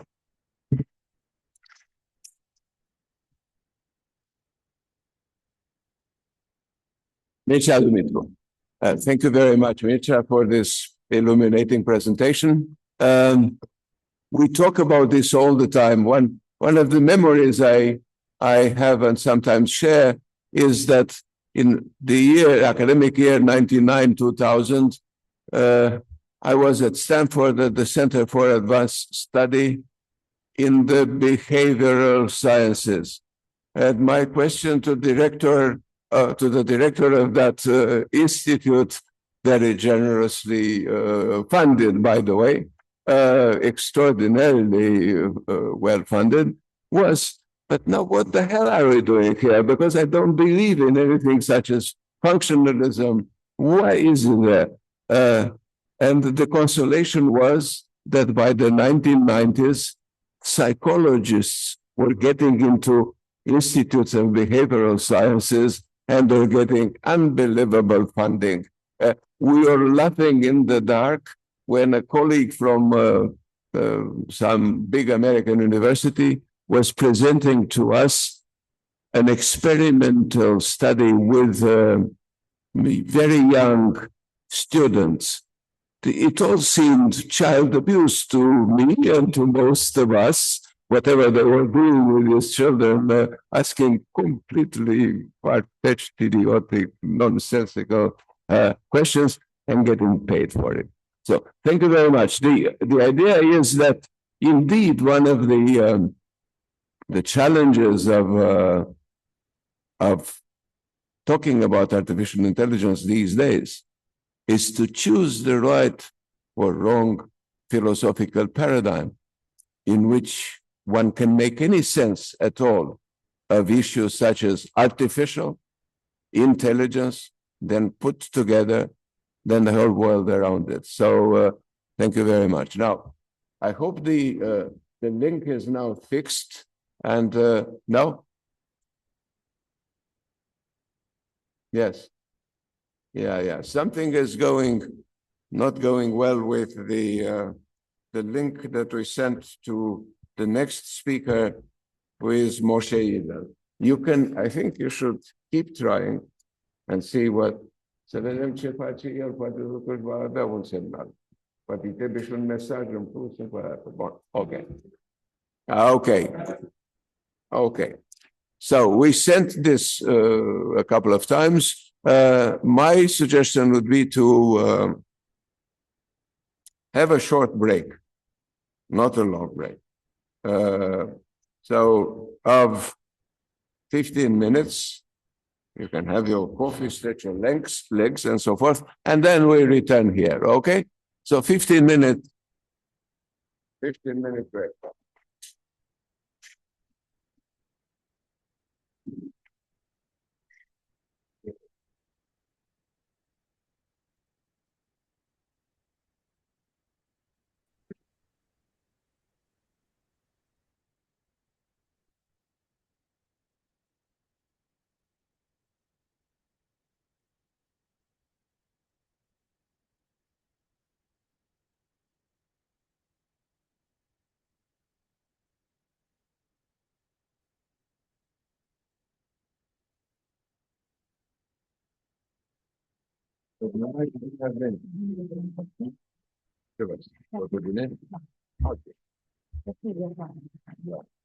Am vorbit cu Sorin, dar eu o să vină probabil direct la...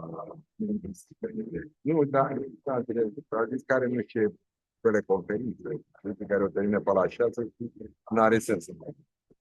Deci o să ne vedem acolo.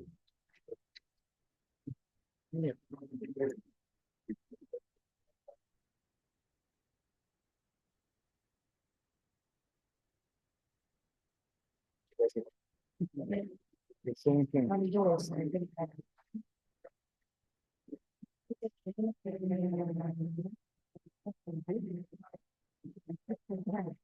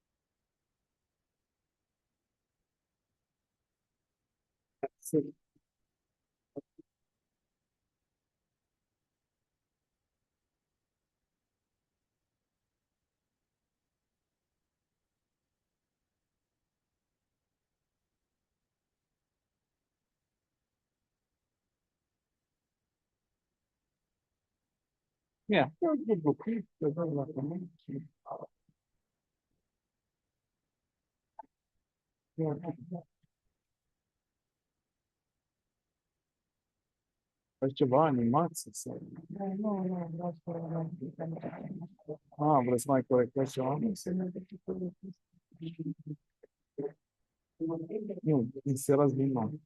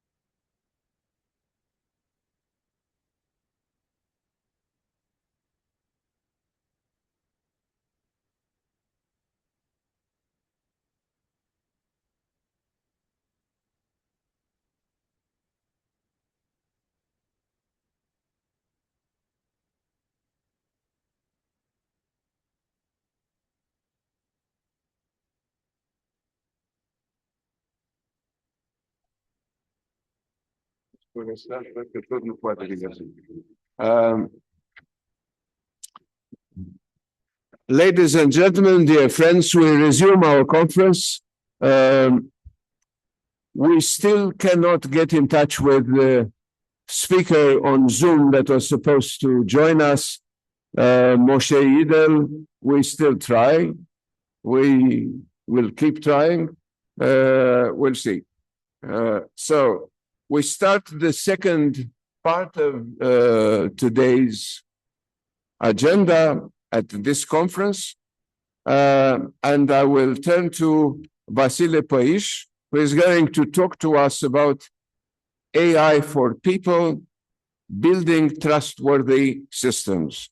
I know it's hard to repress you and silence you, but make another effort and shut up and concentrate on the speaker, okay? Thank you very much for letting us do what we want to do here. All right, so thank you very much for the introduction.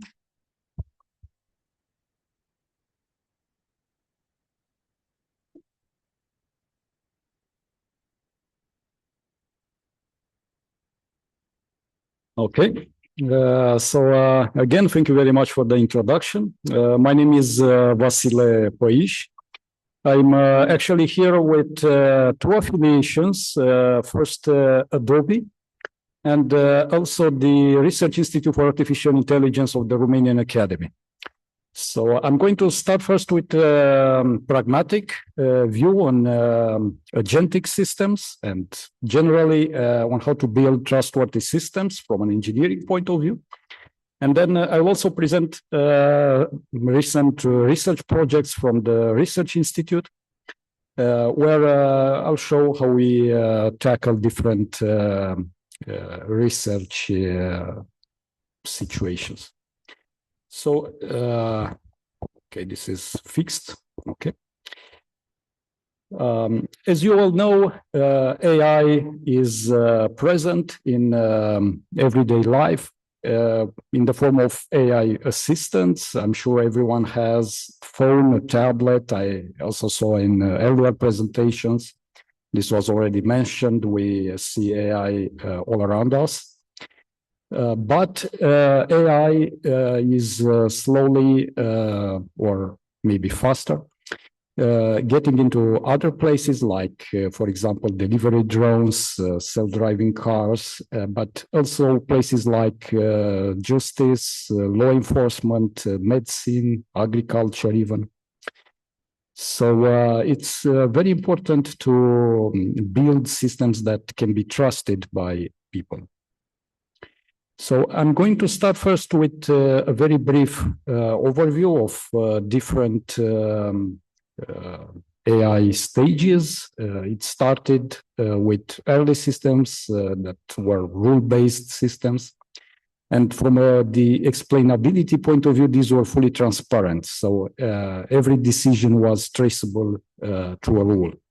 And here I'm also considering things like simple decision trees that were manually built.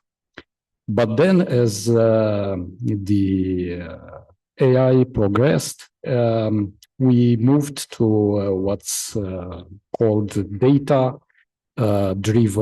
implementations, where we have things like very large decision trees, random forests, and these were only partially interpretable or even not interpretable. And then we slowly moved to what's known as a black box era, where we have neural networks, complex neural networks. We have things like deep learning, which means neural networks with a large number of layers that are communicating one to another. And then we have the foundation models, and we have things like BERT, GPT, large language models nowadays, and even large reasoning models. And of course, we started to have ChatGPT and so on. But currently we are in the agentic AI era. And this is something a little more complex.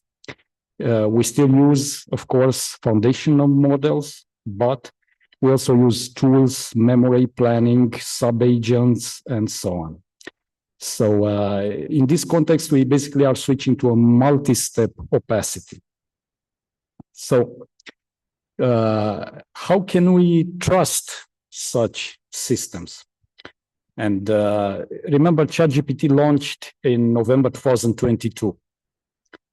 And already early 2023, we started to see studies. I've included here only 3, but there is a plethora of studies.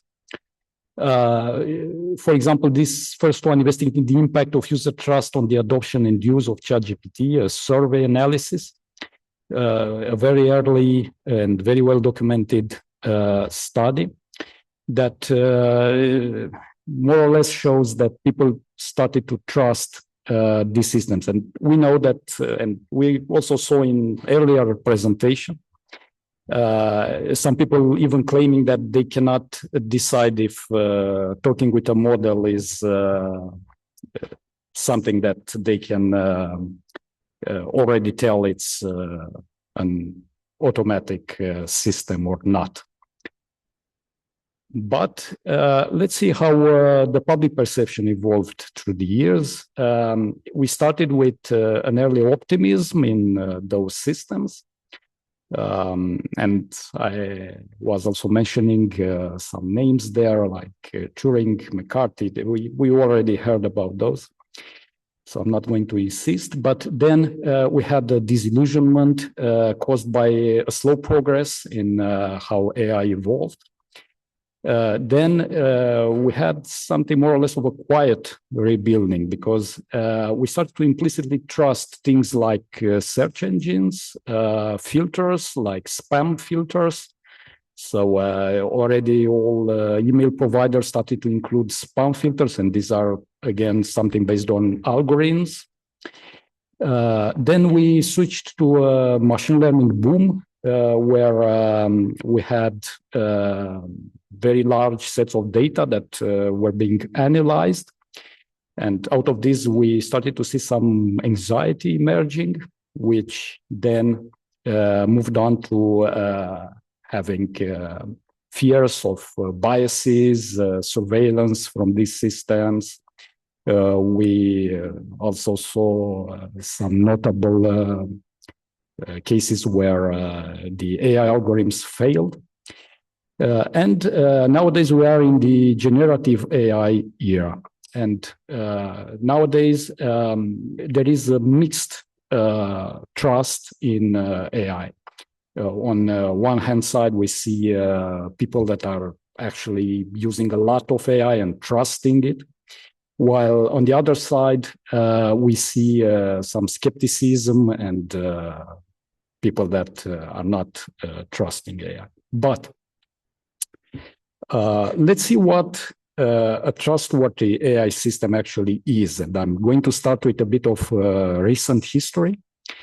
In 2018, so this is before ChatGPT was introduced, the European Commission, as part of its broader European AI strategy, appointed a high-level expert group on artificial intelligence. And already in 2019, so again before ChatGPT, this group provided a deliverable called Ethics Guidelines for Trustworthy AI, which introduced the concept of trustworthy AI.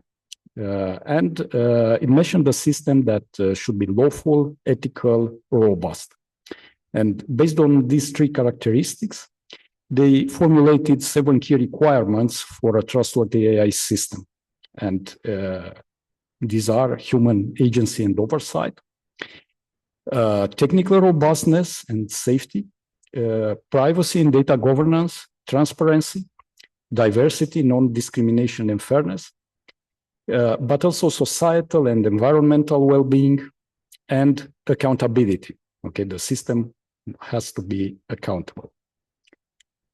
And moving forward, nowadays we have the EU AI Act, which was introduced after ChatGPT. So it's very interesting to see what was proposed before ChatGPT, what is currently available. And all these 7 requirements from 2019 are actually transposed in the AI Act. And this is a table. I'm not going to insist on all these translations, but it's very important to keep in mind that these 7 key requirements are crucial for developing trustworthy AI systems. So, as I said, I'm going to speak about modern systems. So this is simple, even though it has lots of blocks, but it's a very simple agentic workflow. So I'm just going to very briefly describe what's here. We have a large language model that is the first point for the user interaction. And its role is to make a plan, to understand what the user is asking, employ some form of memory, which can be something like documentation or other resources available to the agent. And then the agent plans what tools to execute. Tools are services that the agent is able to invoke by itself. So things like, for example, web search or internal database search or code execution or some other external APIs. And once the planner basically decides what to do, it starts executing these tools, assembles the response, and then goes to an evaluator, which checks if the result corresponds to what the user asked. If not, the process can be repeated, and finally a response is provided to the user. So, as I said, this is a simple agentic workflow, and this is a complex agentic workflow, or a multi-agent system. And what this means is, again, we have the user first at the top that asks a question, but then we have a series of agents, and I've included here 3 agents. The names are actually agents from the Adobe Experience platform. And in order to decide which agent is invoked, there is first an agent orchestrator, and this agent orchestrator needs to understand what the user is asking, needs to know the capabilities of all the sub-agents, and then based on some external knowledge, shared memory in that case, will invoke one or more agents in order to solve the user problem. And for example, if the user asks about a problem with one of the products, it's possible to ask either for product knowledge, and that agent can be invoked, but the user may actually have a problem that tries to be resolved, and then an interactive diagnostics can be performed. And finally, if it's not being resolved, it's possible to open a ticket that will go to support. So again, following the agent selection and execution, an aggregator needs to merge all the results. Again, an evaluator checks to see if the user actually receives an answer or not. And if needed, everything can be repeated, and everything needs to be stored, because there may be a process requiring multiple interactions with the user, like one of the agents needs to ask a clarifying question, and then the user responds, and so on. So that's basically what's happening behind a chatbot. And when you work with ChatGPT, for example, it's something like this behind. Okay, so now going back, how can you ensure a trustworthy AI implementation based on such a complex architecture? And again, I only represented there 3 agents, but imagine 100 agents.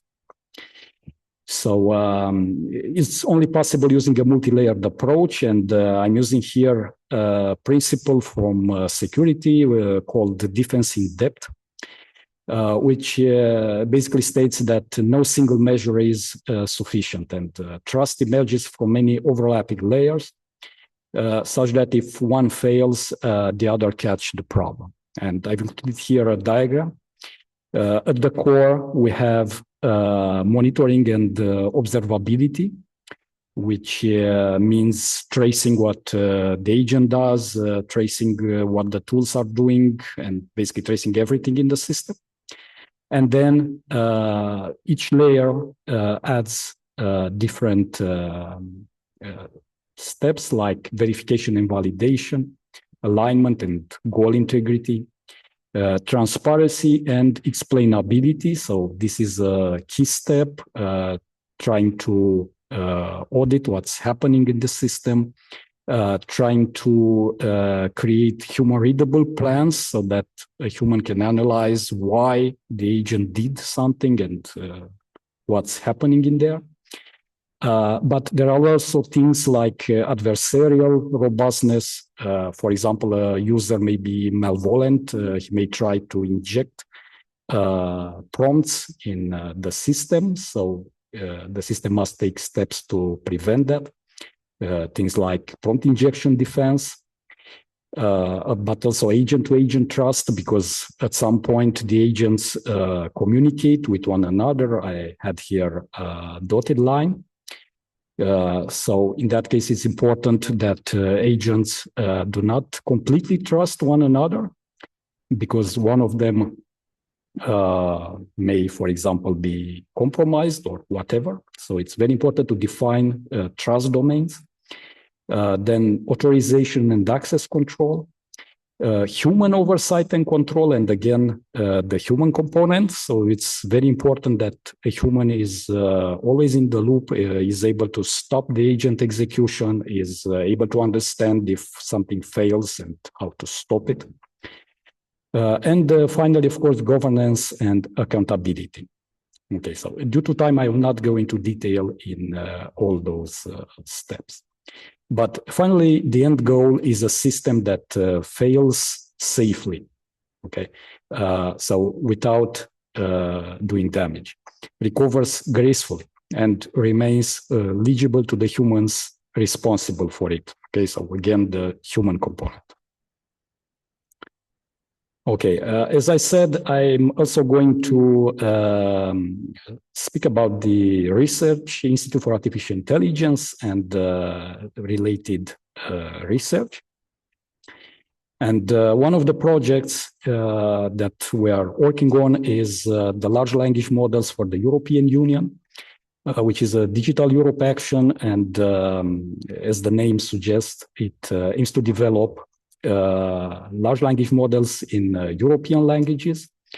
And one important aspect is to ensure their conformity to European legislation, because other models that were developed outside the EU may not be compliant to European legislation, things like AI Act, GDPR, and so on. But of course, for us, it is opportunity to create new Romanian language resources to ensure that the Romanian language is represented in these models. Another very interesting project at the Institute is called Defending Against Deepfake News with Large Language and Image Models. And this is actually a NATO co-funded project. And the aim is to construct corpus and tools for detecting deepfake news. So basically things like generated images, generated text, but in the news context in Romania and Moldova. And a preliminary work that has been done was the ROMEMS corpus. We have a series of presentations about this. Again, I'll just showing it because it's very interesting. So memes are things that are usually funny, tend to spread on social media, but may be targeted against individuals or groups. And these are examples of real images taken from social media. Okay, and also in this context, we have the Adamo project, which is aiming to automatically detect AI-generated text from Moldova and Romania, but this is a somewhat different context. It's not a name on news media, it's larger documents. So things like you are likely to create using larger language models. And I must remind here the reference corpus of contemporary Romanian language, which was developed as a priority project of the Romanian Academy with the involvement of the Institute. But in my first slide, I also mentioned the apparition of AI in different domains like justice, for example. And we had previously a project, the System for the Anonymization of Romanian Jurisprudence, beneficiary being the Superior Council of Magistracy. And a system was developed, of course, using language models to anonymize jurisprudence documents. So this project ended, but we are currently involved in a Horizon Europe project called Incognito Justice, which aims to investigate the effects of the anonymization of judicial decisions across multiple EU countries. So it aims to see if the judges' discourse changed as a result of all the decisions being anonymized. Okay, that's one of the purposes. But it's more than that. It also tries to see the professional behavior of other parties involved in the justice process.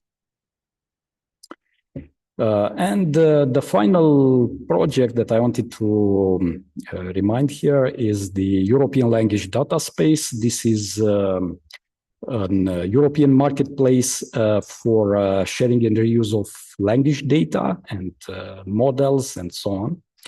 And it's basically open for any organization to join and share resources, download the resources. We also had a workshop organized in October last year in Romania. Okay, so I hope this was an interesting presentation, and if there are questions, I'll be happy to answer.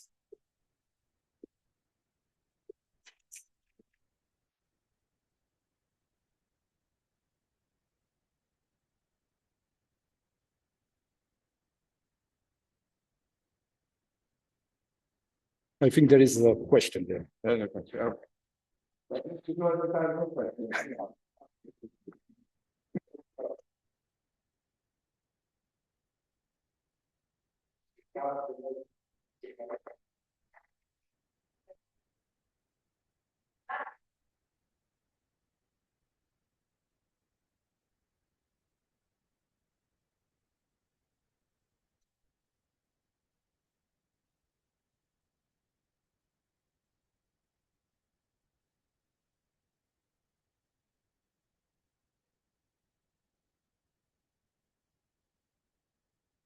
I will repeat. Thank you. About ethical AI, we're still seeing some simple things like discrimination in some tools or system used. So how we can solve this problem? I'll give an example about the face recognition, which cannot recognize sometimes the black faces. Yeah, well, that's an entire topic and domain, yeah. Okay, my slides are off already. Doesn't matter. So yeah, the bias problem is, of course, very challenging one. There are actually two main approaches. One, where you try to solve this at the foundation model, because even in face recognition, you probably have a model that's doing that. But there is a secondary approach where you can try to solve this at a later stage. So I'm not a specialist in face recognition, okay, so I cannot directly relate to that. But in agentic systems, you use a foundation model as a base, but you never rely on what the foundation model was trained on. You always use memory, okay? If you remember, in all my blogs, we had memory there. And that's stuff like RAG, for example. Okay, It's not the only approach, but it's one of them. So you basically bring new data that's up to date with what's happening when the user asks the question. And then you use that, and the model more or less just sorts through what's there. Okay. But of course, also when training the model, there are different approaches, and with recent top-level conferences like ACL, we saw many papers about bias reduction in foundation model. And for example, you train using adversarial examples and so on.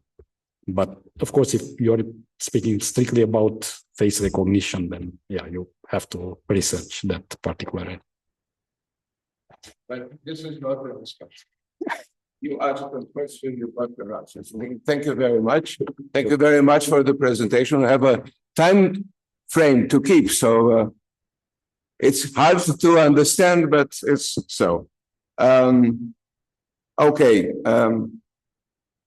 Our colleague Tiberio Boros couldn't make it for personal reasons, so we are now bringing another speaker, and that is Andrei Păun. This is a bonus for us because this means that tomorrow we shall have a less busy morning and concentrate on discussions. His presentation is about AI and medicine, opportunities and dangers. I also would like to thank Andrei for bringing the students who, for the doctoral students who are happy to ask questions and to answer them. Thank you. So, Moshe them cannot connect in any way. He has been trying very hard, but something is wrong. And after 5 failed attempts to connect, somebody up there, some artificially intelligent or dumb. So if we talk about agentic AI or whatever, but just agents simply, they somehow cut that. So we cannot have him. Too bad. Thank you very much. I'm Andrei, and I have 2 affiliations. One is the Research Institute for Artificial Intelligence here at the Romanian Academy, and I am also a professor at University of Bucharest. And I will talk about something that I was supposed to be talking tomorrow. Just a second to go back. And this is AI and medicine. The plan was to show you some projects from the Research Institute that I lead also tomorrow, but Vasile already showed some of them, so I will skip some of those slides. Basically, I will briefly speak about AI opportunities, and also Vasile showed some time frame and so on, what happened in AI. Especially for my students that are over there, for sure they know that AI is not new. Basically, ChatGPT took the world by storm from late 2022, but in the 1970s, Minsky, that was mentioned by the academician Dumitru speech, was predicting that in 7 years we'll have the AGI or the super intelligence and so on. There are many people right now predicting those things, and I'm one of the skeptics. We'll see what the future brings. I think Emil Sluchansky, who was a very nice speaker before the break, mentioned something important, and the fact that maybe at the end of 2022, we already finished indexing everything, all the human knowledge of that moment, let's say. And right now, these models are hungry for more and more data.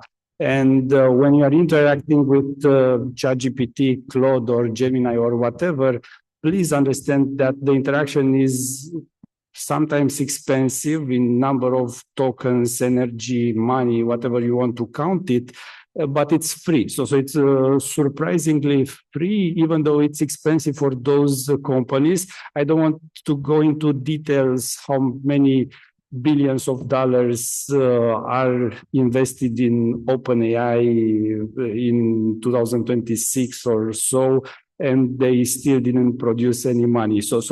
And it's in the hundreds of billions. So they are putting basically free things that are expensive, but why? Because you are the actual product. They need information, but clean information, not generated information. So the interactions are there, but that's another discussion for another time. So what I'm here to discuss about is mostly AI in the area of biology, biomedicine, and I will briefly go to the opportunities and what is happening or what was happening in recent time, and a few of the dangers, and I will skip most of the ICEA projects because again, Vasile touched upon them.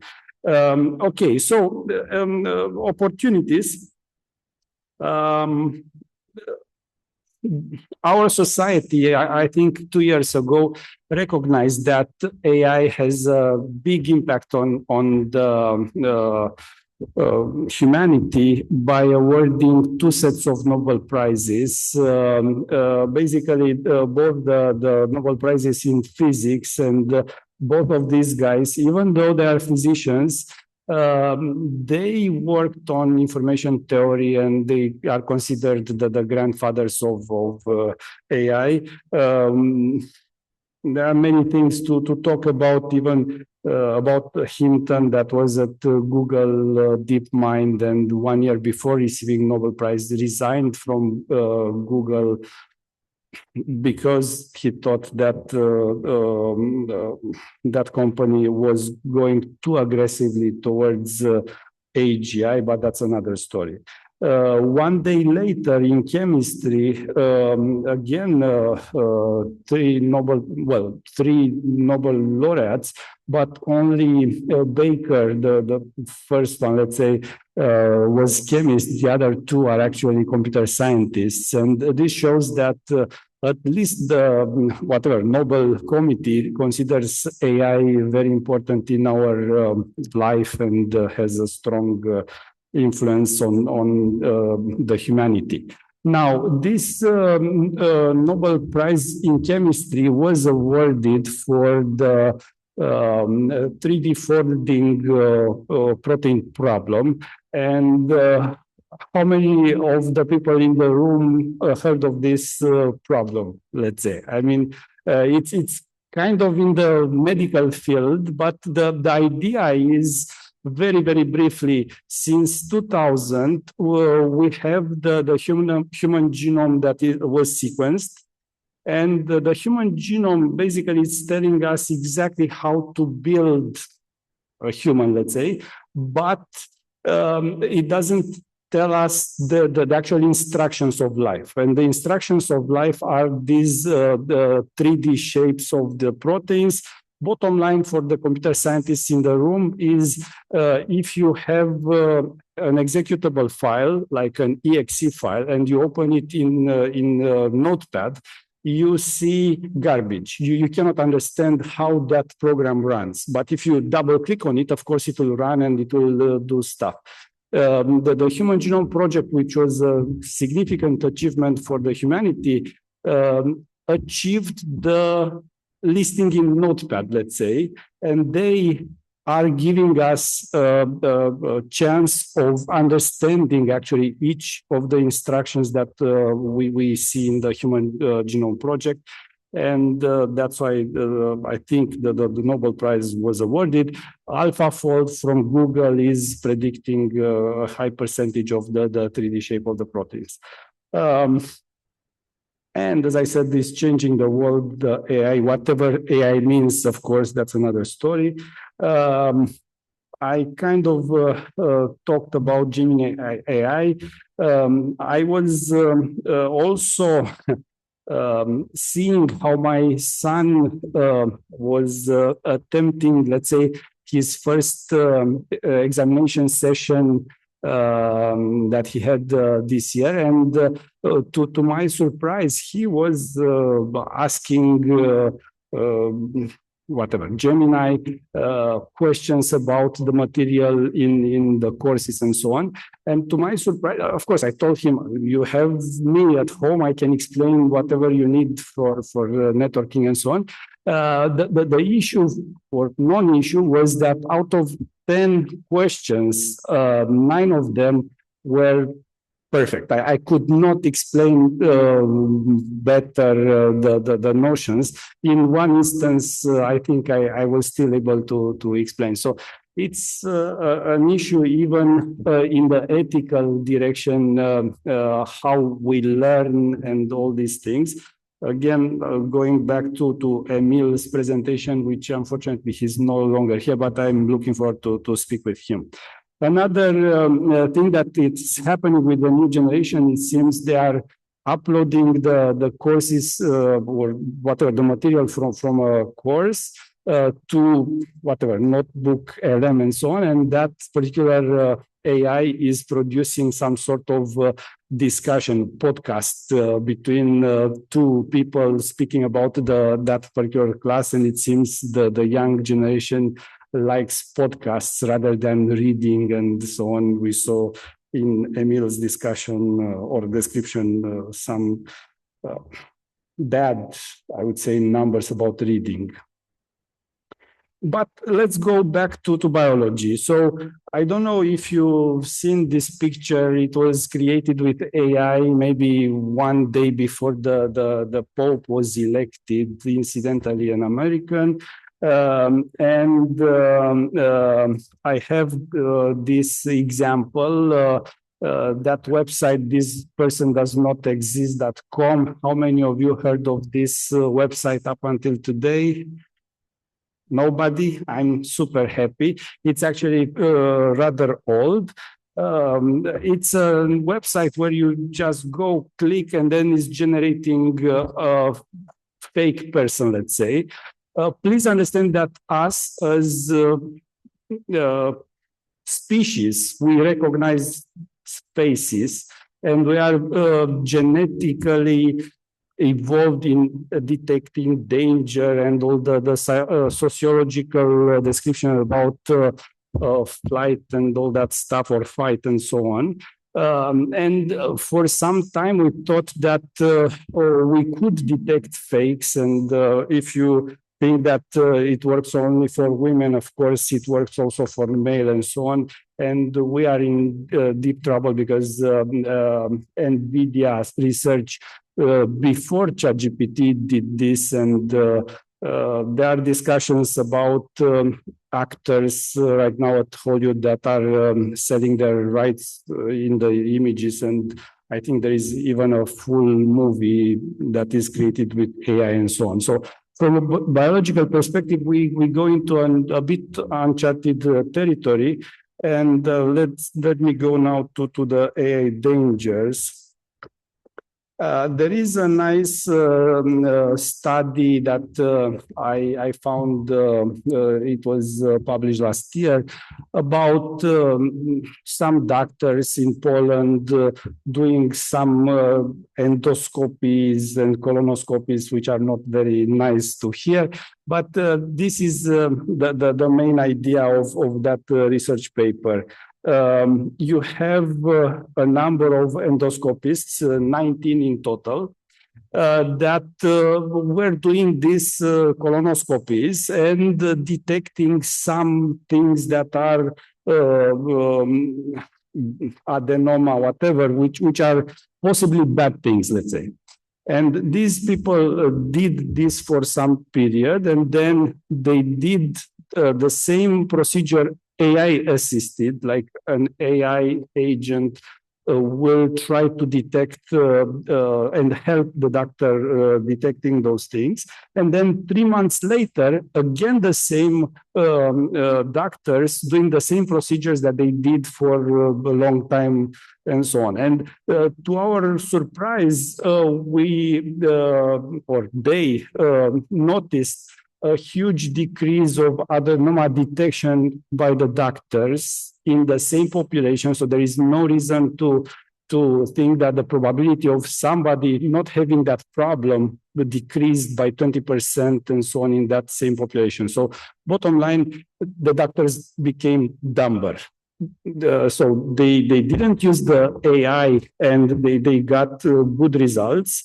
They used the AI, they got the same results or even better. And when they were not able to use AI, they got dumber by 20% in detecting those problems. So what I was trying to say on the previous slide is similar with the GPS and actual paper maps.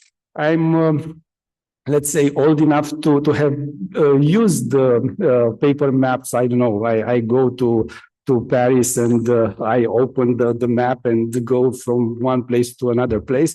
But the young generation that is in that area, I bet that they never use the paper map. And if you give them a paper map of Paris or whatever, they will be lost with it. So if Google Maps does not work, then they are in big trouble. So the same seems to happen, at least in the case of these doctors with endoscopies and colonoscopies.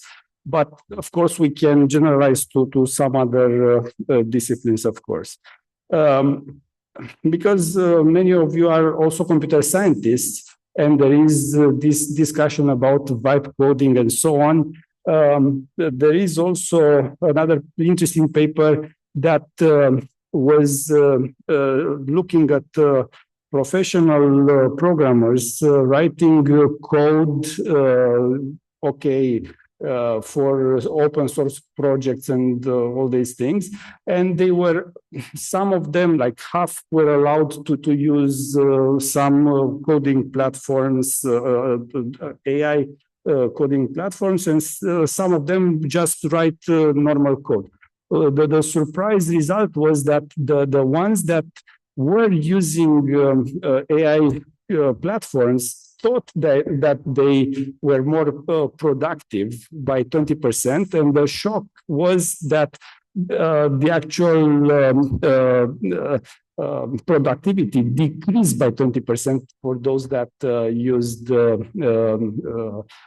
code generation. So this is a discussion there. Of course, it's a low number and so on, but sometimes what we think is happening may not match that with the actual truth.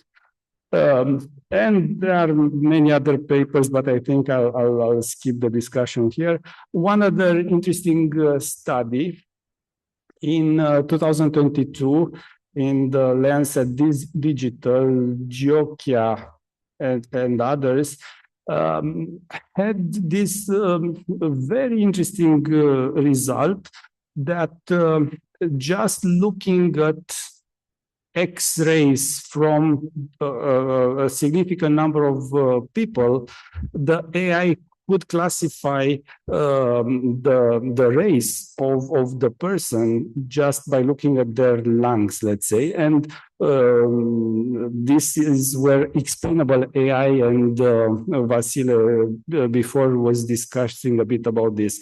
And what is quite surprising is that medical doctors try to look very, very closely at those particular X-rays and could not see how AI could classify so well, let's say, black from white and so on. And it's a big but. A few years, actually 2 years ago, this Nature Communication paper shed some light there.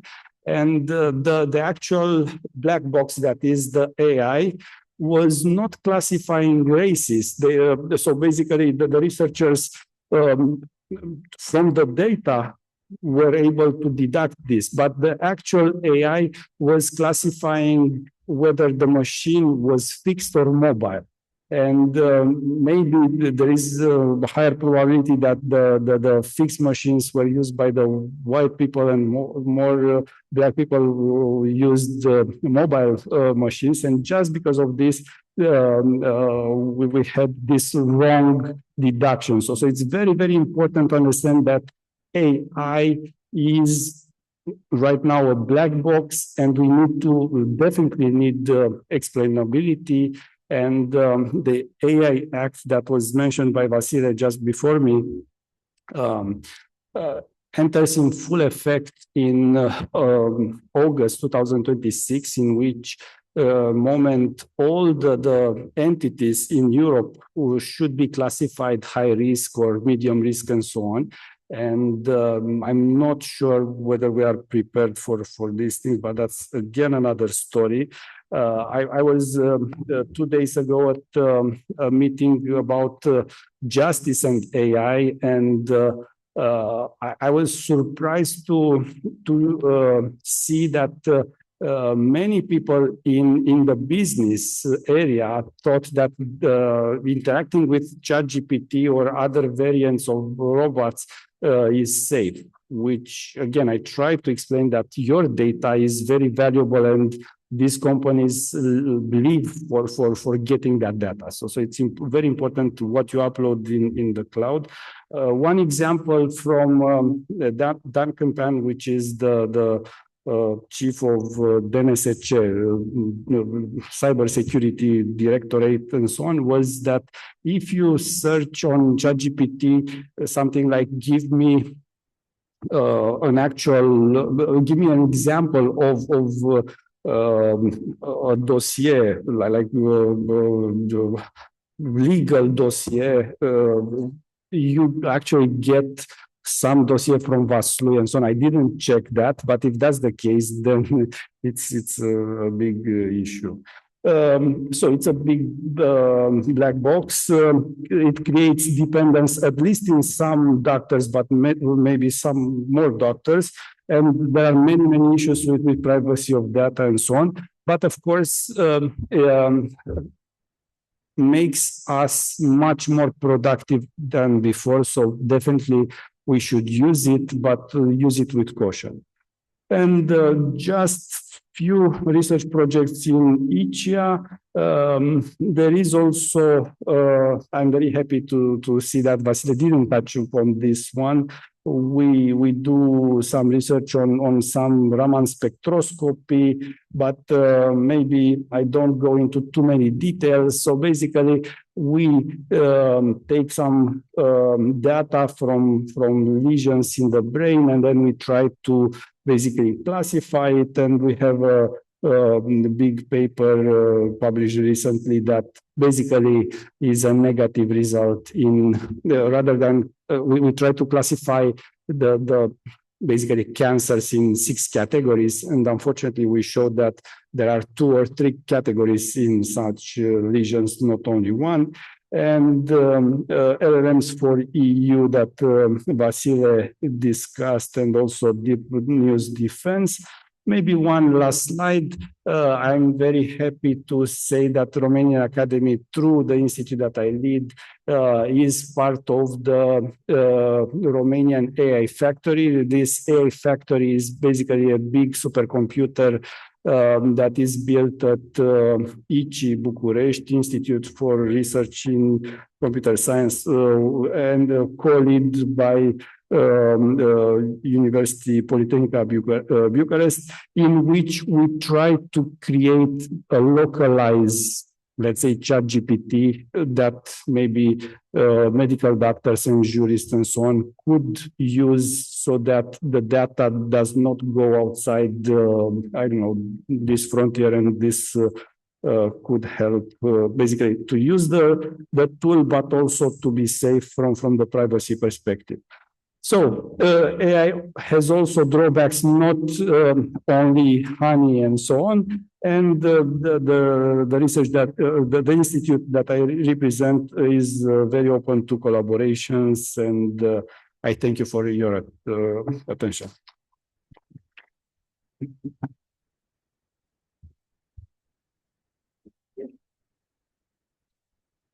Thank you very much, Andrei.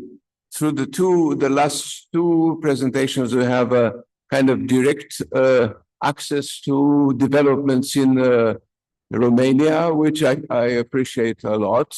I didn't have the time to mention that after the presentation by Vasile Păun, and now I have this opportunity. This is really an extraordinary development. I just make a transition with a joke.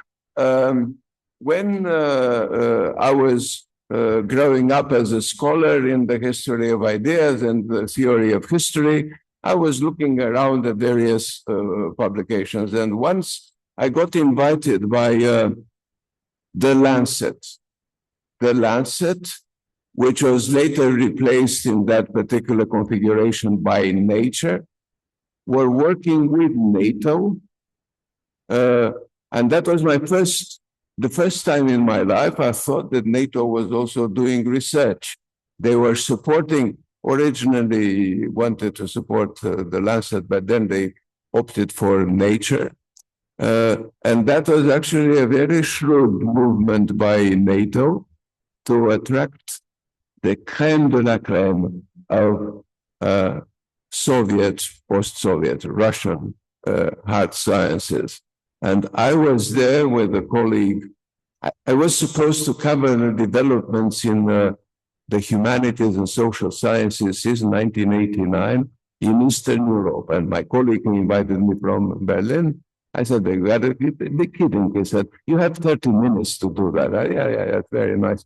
Okay, but don't laugh, because I also have 30 minutes to talk about the entire Western European development. And of course, we were there being used just alibi for people that nobody was interested. But the point was to bring the Russians, and that was shortly after the accession to the throne of Vladimir Putin, and shortly after institutes of research in the former Soviet Union, then Russia, went into complete bankruptcy because of lack of public funding. And suddenly with Putin, now we see some of the results. But my last transition point is here. You quoted a lot of things in the field of medicine. Okay. Now, AI slop in philosophy, in history, in I don't know what, classical philology or whatever, structuralist studies of texts is one thing. But AI slop in the field of medical sciences is really something that should give us a kind of because they never go away. If you follow Retraction Watch or similar, let's say, desperado attempts to somehow monitor the extraordinary production, the inflationary production of AI slop, and you see the level of retraction in some publications. There are those that are totally fraudulent, and then we should avoid anyway. But then there are the others. The Lancet, for instance, is one of the champions because they work as a franchise. The Lancet is a kind of McDonald's licensing their logo to everywhere else and everybody else around the world. So you have the Lancet New Delhi, the Lancet this, the Lancet that, the Lancet that. And then a close friend who is a professor of medical studies pointed to me simultaneously published issues of the Lancet ecosystem in which A and non-A and almost everything in between were supported by, of course, fake evidence. So that's so I'm more relaxed about philosophy because for that there is a kind of recourse. Nobody dies immediately, so it's fine. But in the medical science. Now, We move on to Itai Green, who comes to us from Jerusalem, where he is running. He's the CEO of a founder of a company which is called Innovate Israel. Not a bad name for a company, Itai Green. The title is Innovation or Elimination. Do we have an option? No. Just a second.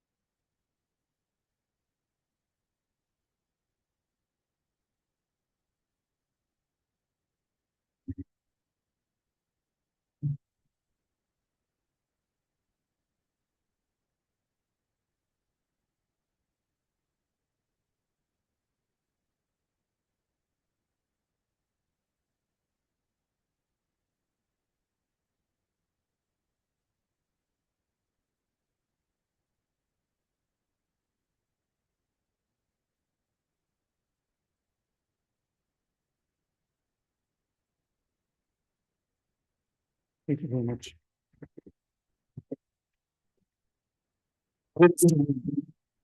So today we're going to speak about innovation or elimination. A little bit about myself, 15 years of experience as a startupist. Then I was heading the innovation activity of Amadeus, which you're probably familiar with. It's a Spanish-based company. And 10 years back, I was launching Innovate Israel in order to support traditional businesses and governments to remain relevant in a time of rapid change by collaborating with startups. About me, so I think these slides mean a lot to me, and this is my first time visiting Romania. This is where my grandparents came from. So you see, probably I'm gonna say it not in the correct way, but it's Hust and Mediash and Petroshen and Hatzeg. So this is how my grandparents mentioned it. So I'm feeling like getting back home in some. And recently, actually, next week I'm publishing a new book, Innovation or Elimination. You're all probably familiar with these brands that are not with us anymore. All of them have been disrupted by technology. And who could have imagined 3.5 years back that a startup is going to challenge Google, the giant? How could it happen? I really don't know whether Google is the blockbuster of our time and OpenAI is the Netflix of our time, but definitely, it is a challenge for Google. It took them 3 years, even more than 3 years, to fight back. This is from last week. It's April 17th, 2 weeks back. This is the CEO of Salesforce. He was able to announce a huge strategic move. As you know, Salesforce are targeting people. Their technology is for people to use. And according to their new strategy, they are now targeting headless. They are not targeting people anymore. They are targeting agents only. And this is a great example of a giant that is doing the right thing in a time of chaotic change. They are not stuck and keep on doing tomorrow what they used to do yesterday. They are fighting and doing all in order not to be disrupted. And this is the challenge of our time. AI is not going to replace us. The ones that are going to replace us are those that are going to use AI. And same with innovation.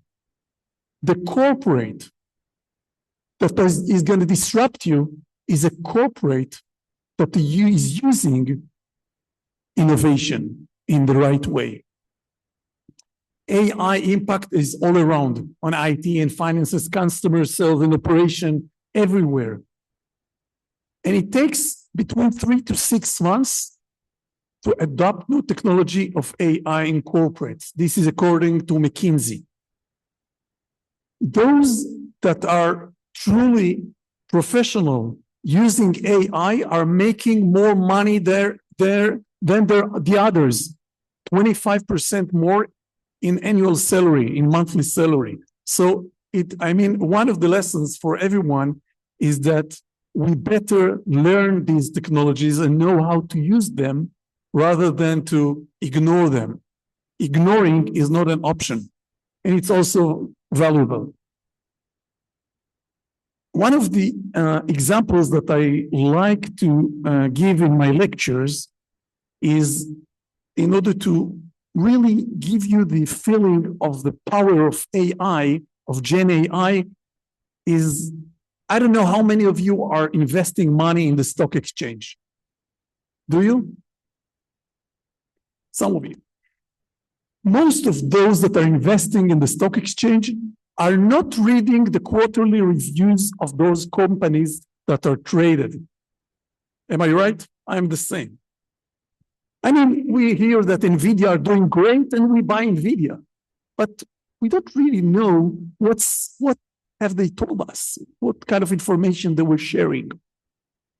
With Gen AI, this company Bridgewise, and I recommend you to scan the QR because later on I will share with you a little bit more technologies that are very useful. And the first one I'm going to share with you, just to allow you to feel the power of Gen AI, is like AI agent that helps you to read and analyze all quarterly reviews of public traded companies and give you an advice whether to buy the stock or not. So for those of you that are looking into getting a free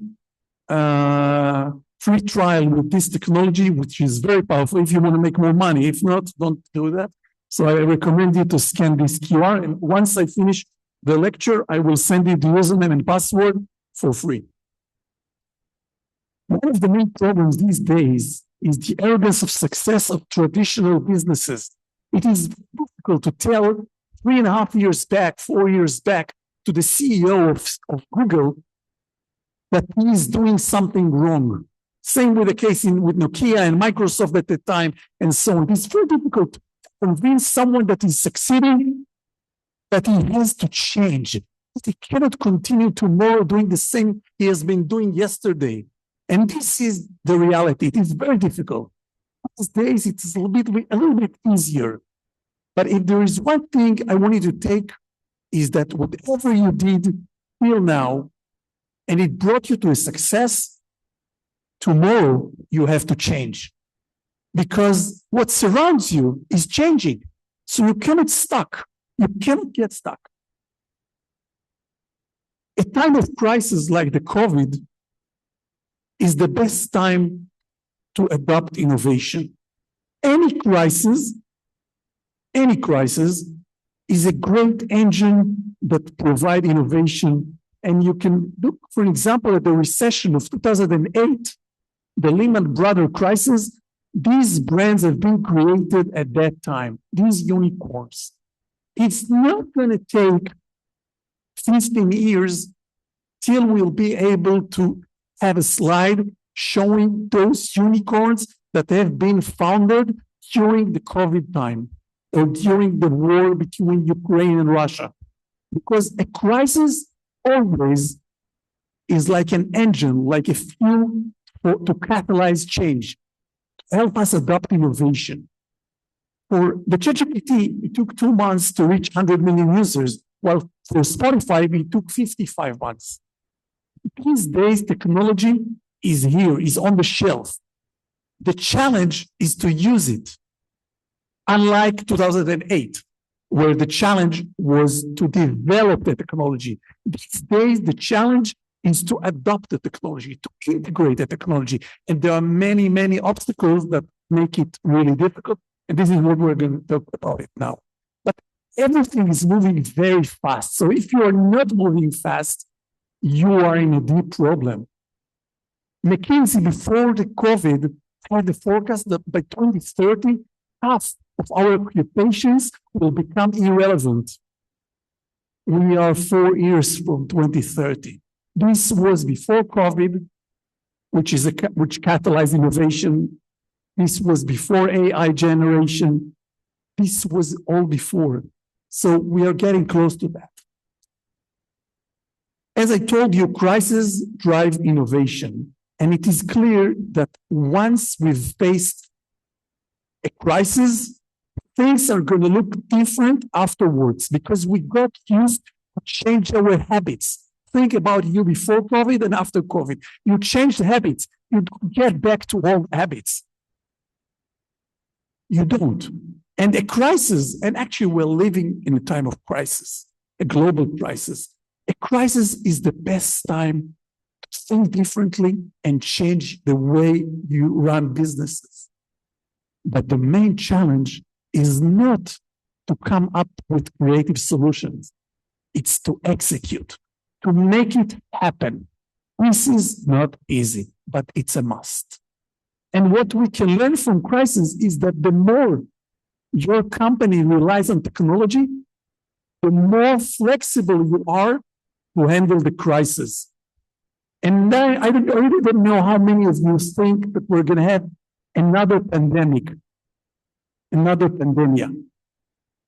But I think we are going to have another one because there are many world leaders around the world that would love to see us suffer. So you better get prepared to the next crisis, which is around the corner, by adopting as much technology as possible.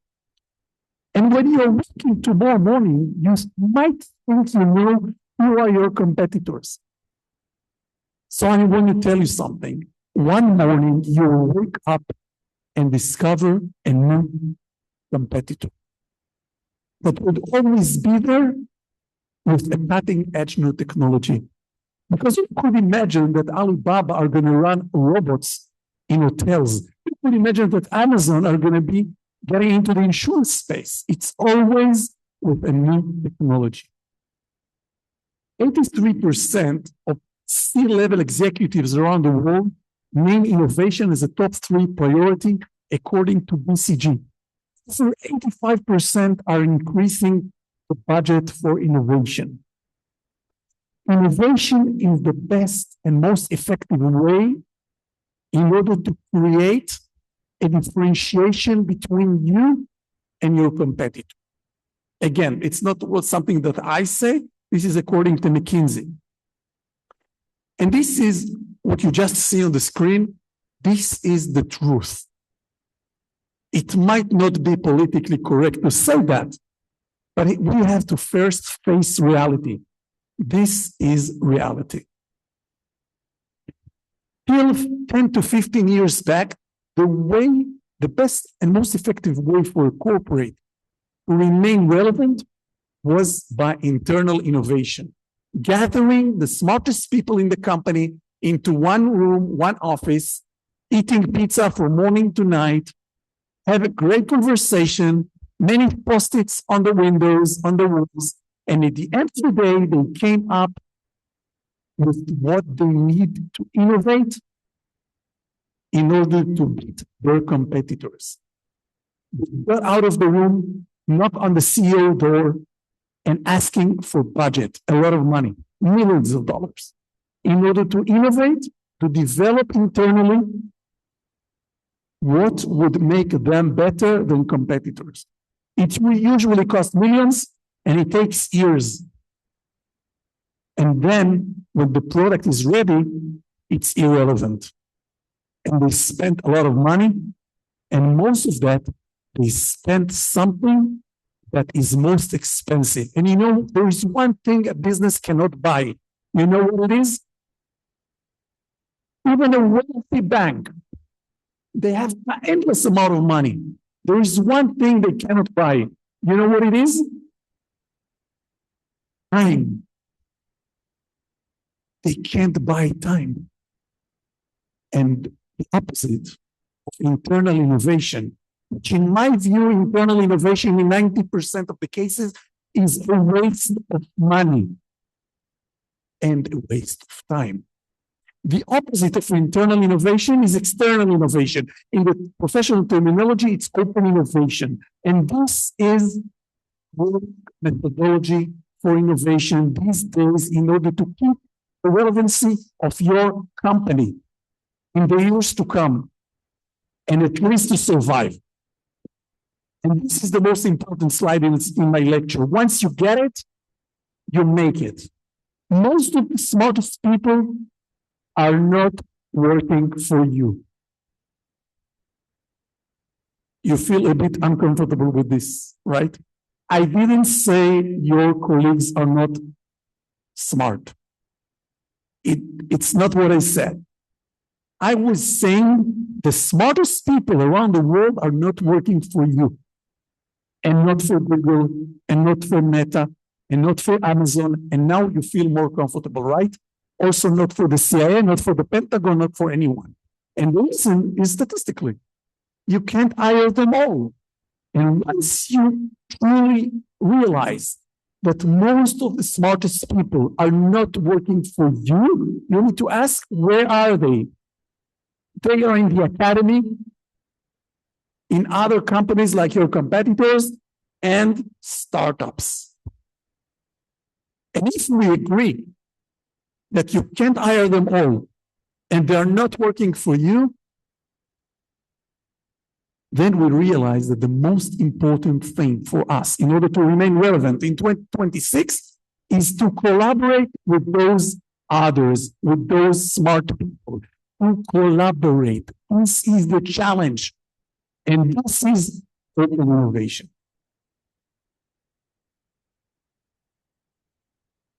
External innovation, open innovation is 10 times cheaper than internal innovation.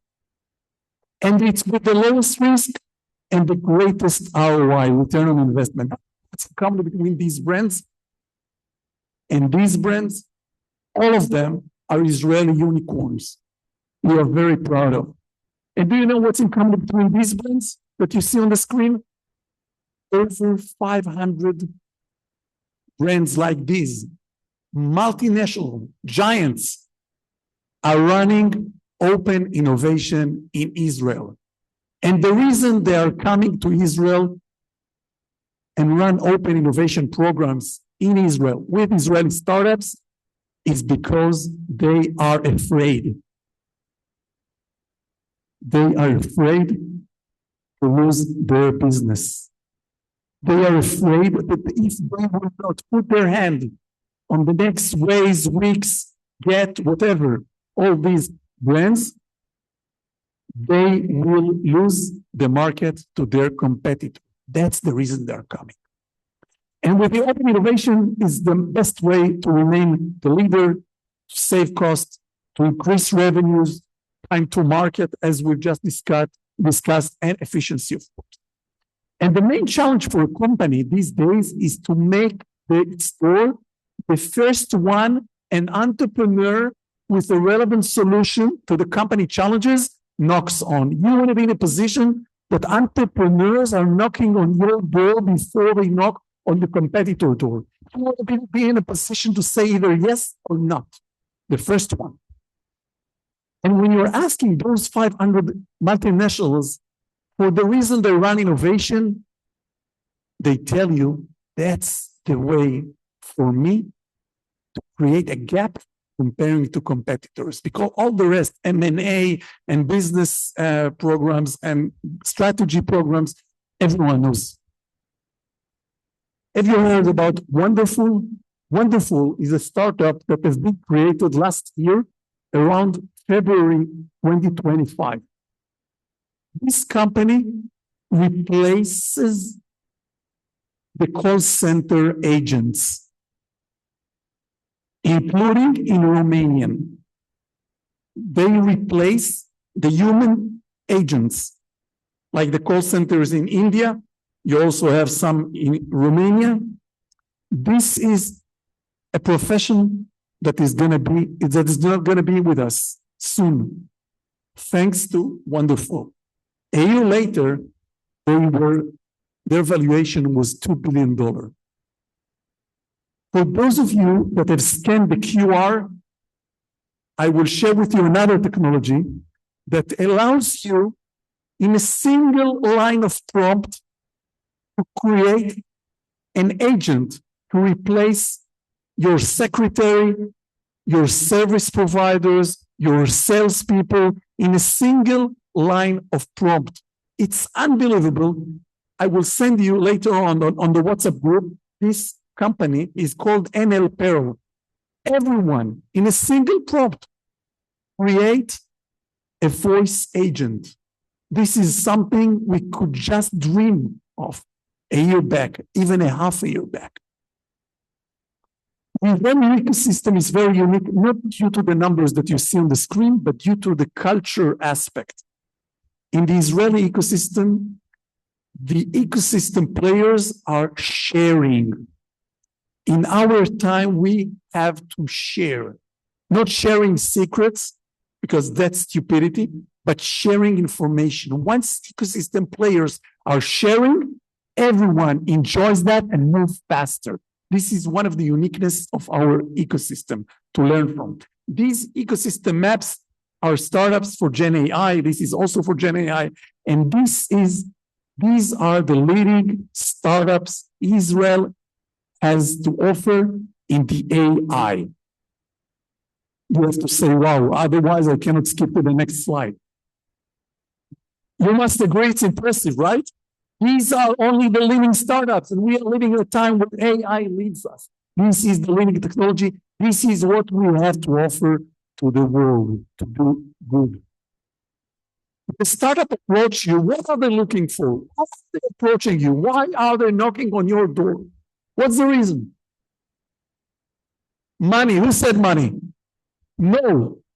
The reason is because they want to get married with you. They want to engage with you. You are a professional. You are a domain expert. You have clients. You have a professional business.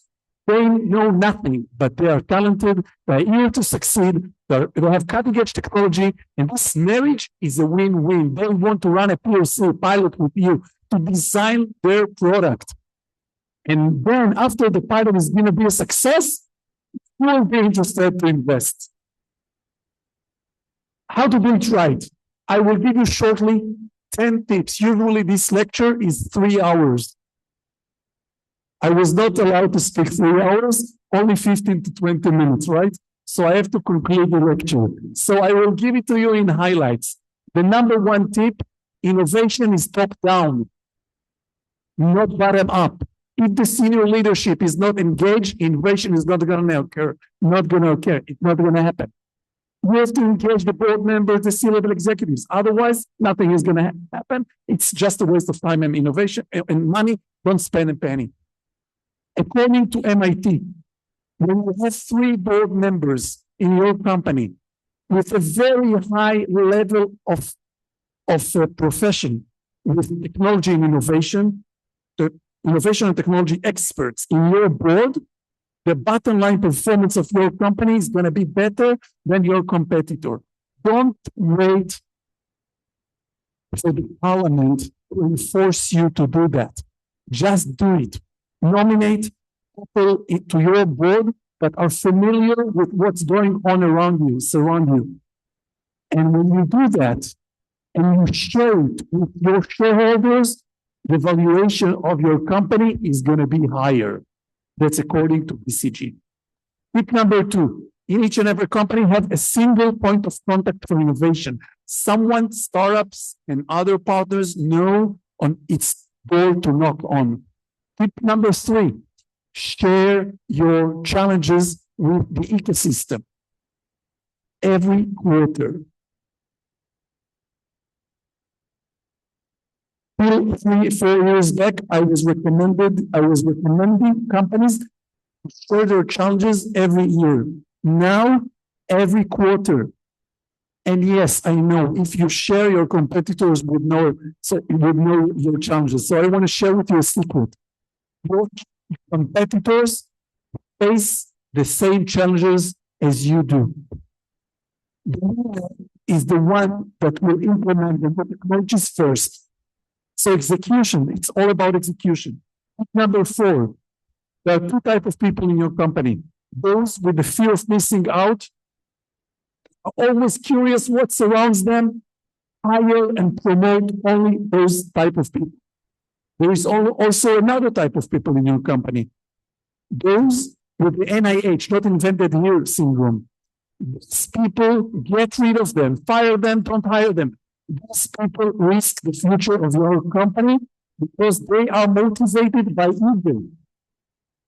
Tip number 5, speak the startup lingo. Be available 24/7. When you see something new, a startup entrepreneur, try to speak why yes. No, don't look for excuses for not running a pilot. Otherwise, your company is going to look like that. And you're bankrupt. Tip number 6, treat startups as partners with respect, with transparency. Startups are not suppliers. They are not like your toilet paper suppliers. These are your partners. Treat them like partners. Tip number 7, yes, there is a need for budget in order to run pilots with startups. No, it's not a lot of money. And I want to tell you a short story or a short tip, little tip. When a startup approached a client of mine and offered a pilot for free, we insist to pay. How come? Because we know the moment the entrepreneur leaves the office, they message to a group of 500 entrepreneurs, you can believe it. I just met Bank X. I offered the pilot for free. They insisted to pay 5K euro. What happened a minute later? Everyone wants to work with this bank. Tip number 8, do not measure the success of innovation with pilots with ROI at the first couple of years. Measure it by the number of pilots. Run as many pilots as possible with AI and new technologies in the first couple of years, because this will help you create a new DNA to the company, an updated one. Number 9, you're looking for equity in the startup, pay for that. Don't expect to get it for free. Tip number 10, minimize bureaucracy. It's very important to measure innovation, but we don't have time, so I will skip those slides, but I want to conclude with the last slide. I want to give you a concrete methodology how to run open innovation in an excellent way. Super efficient. Set 3 challenges that bother your company the most. Scout for 50 startups that potentially solve those challenges. Rank the level of interest you have with each and every startup regarding the relevant challenge. And then pick the 10 most relevant ones and meet them for 30 minutes each in one day, one after the other. You and your colleagues together, all the relevant ones. Allow them 10 minutes to pitch each startup and 20 minutes Q&A. At the end of the day, your team will be engaged, will be dedicated, and you know what's the statistics with how many out of the 10 they want to proceed to second meeting? 7. This is the average I face. And then it will convert to 2 to 3 pilots and 1 to 2 integration. Do it in each and every department. In 6 months from now, your company is going to look completely different. We are living in a time of chaotic change. The pace of change is insane thanks to the AI revolution, Gen AI revolution. When you combine it with the time of crisis we're living at, this is a huge opportunity or threat. This is my opinion. Thank you very much.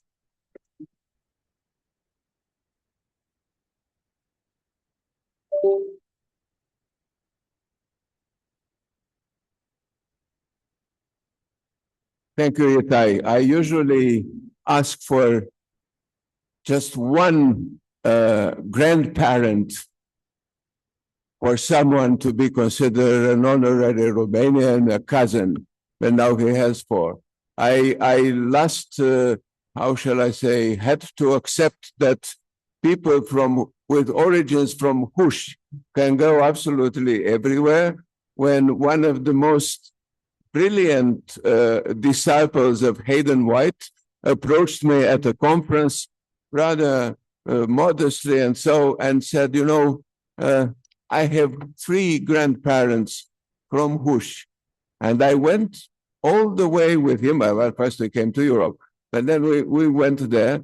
And I can tell you one thing, the railway station of Hush had been just renovated to perfection exactly before it was not declared not usable anymore, because that is a secondary line that nobody uses anymore. But so if you go to Hush, you can see in perfect splendor the railway station where from your family left 100 years ago. Thank you very much. It gives you a thrill to see, and I guess the students in the room will appreciate this, that there is a world outside universities to begin with. And the second point is that it wouldn't hurt if universities would use some of this advice for their own sake and for their own operation, because if it are turning around, then you understand that they are not doing that. I see that the last speaker of this session is with us. Is there? Okay, so that's fine. I'll just so you made it. The Brits today had a very hard time getting from the airport to the town because of traffic. And so Bucharest is joining this cloud of absolute havoc in traffic, so that's very good. It's very nice that we are finally joining the club. So the next speaker, the keynote speaker for this conference actually today is Gregory Claeys, who is a very widely known specialist in the history of ideas in the number of fields, including utopian studies. We first met in 2002 in Germany at a highly sophisticated conference on utopian studies, and I remember that day very vividly. And ever since, we kept working together on the committee of the Utopian Studies Society Europe, and he has been in Romania several times, and now this year alone, he will come now, and he will return for the annual conference of the Utopian Studies Society Europe, which will take place in Bucharest in the first days of May. Now, among his many books, but some of them are very difficult to read by a lay audience because sometimes they are extraordinarily technical and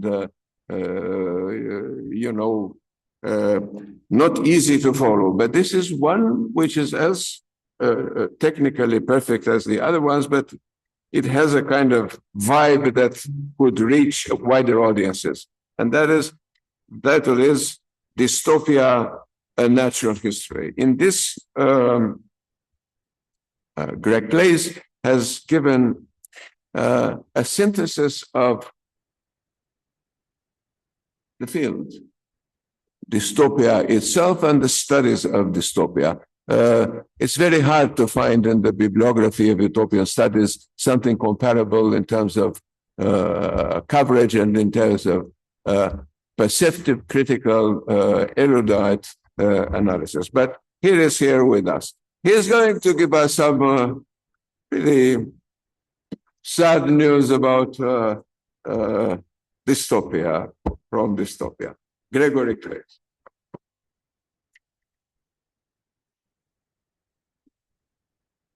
Thank you so much, Sorin, for that kind introduction. Thank you all for coming this afternoon. And happy first birthday to the Bucharest hub of the Academy of Europe. I don't know if there's a cake with one candle on somewhere or other, but And thank you in particular for giving me the opportunity to comment on an extraordinarily important and interesting subject, which is moving so quickly that what we say in the morning may not hold by evening. It's happened when you open the paper, look at your phone in the morning. But one constant is the dystopian tone of much of what AI currently symbolizes, at least for non-specialists, I think. We're all aware of AI's association with the proliferation of fake and malicious images and the potential job losses in many fields. Sam Altman, of course, well-known CEO of OpenAI, has said, I quote, AI will probably, most likely, sort of lead to the end of the world. What sort of the end of the world is as opposed to the real end of the world, I'm not quite sure. So what kind of threat is it? 8 components seem to demand our attention. First, let's consider the specific problems academics face when using AI.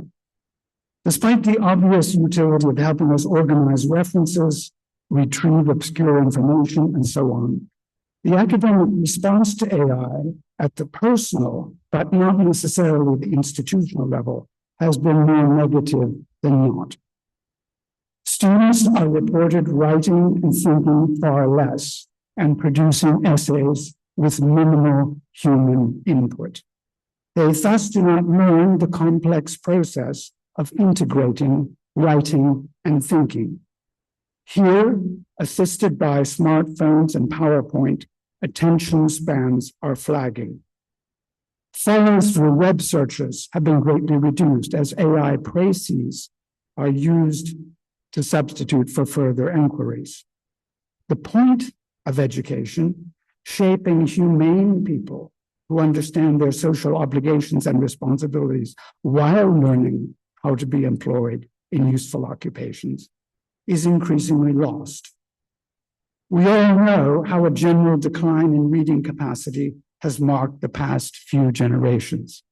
In fact, when I was young, already television was provoking exactly the same comment. The challenge for us is that students may not learn to do anything at all, except to delegate learning to AI. But AI is dumb, put this in quotes, because it lacks the capacity to see a moral spectrum of possible answers and weigh and evaluate appropriate responses. AI is created by technical elites who often lack any grounding in the humanities or in critical thinking. Apologies to anybody who's an exception to that observation. And often pandering to what it thinks the average user wants to hear, it represents what is perhaps the bane of our era, the triumph of ignorance and the revenge of the uneducated. Then, too, AI is unreliable and prone to dissimulation, fantasy, and lying. It simply invents things or hallucinates. One false reference or source in an article, however, or a book, and professionals will reject the entire piece, and then the method used to provide the reference. If a student invented a reference, you would fail them. My own work with ChatGPT in particular has exposed several such false references in a field I know extremely well. And if a field is unfamiliar to us, the risks are far greater. But I think we could all agree the search for truth is the basis of all inquiry. We do not want customer satisfaction placed above truth-telling. We do not want answers generated because of commercial sponsorship. And the trend grows worse.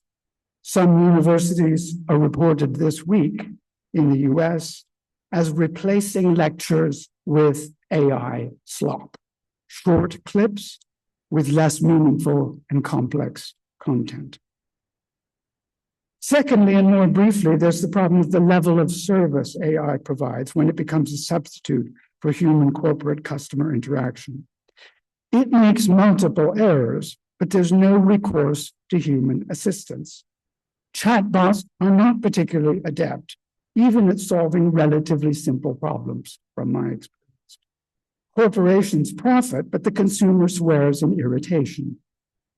There's a new term for this, shitification, to designate, in this case, general AI-led downgrading of corporate service. Linked to the issue of service is the now notorious use of AI to maximize profits, in particular in American healthcare, leading to many more denials of care to the insured.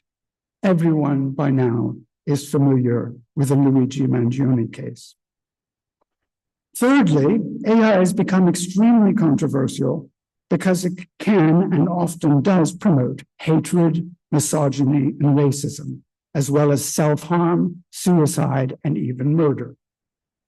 Tests carried out on 10 chatbots in the US and Ireland found that on average they enabled violence 3/4 of the time and discouraged it in just 12% of cases.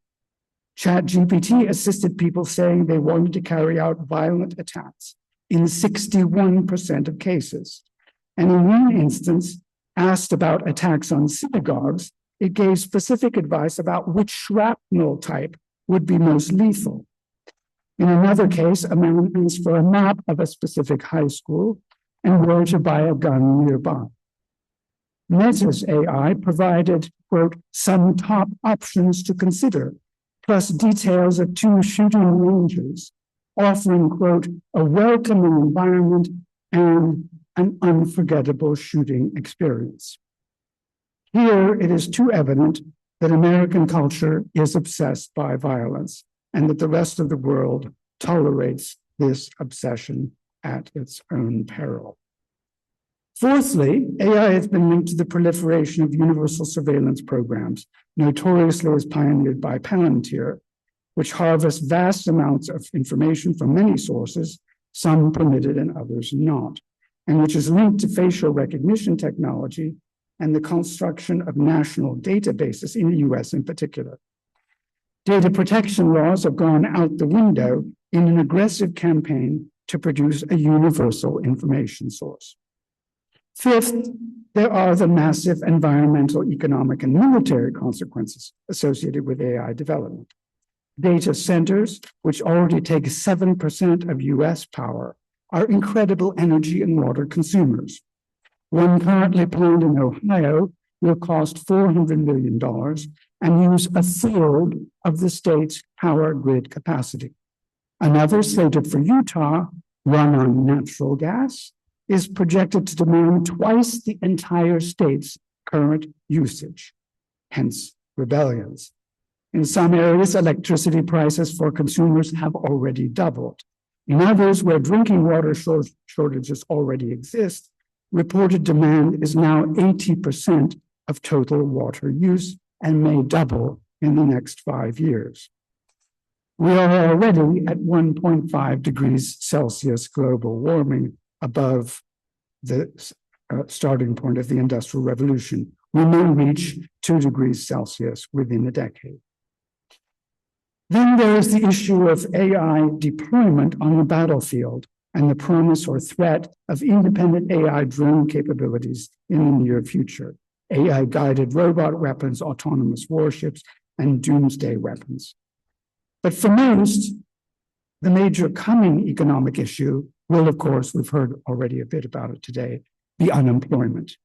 In a year or so, it's been forecast, we've heard something about this afternoon, we will reach AGI, or the stage of artificial general intelligence, when AI may have the capacity to replace most white-collar jobs. I've heard quotes of up to 90%.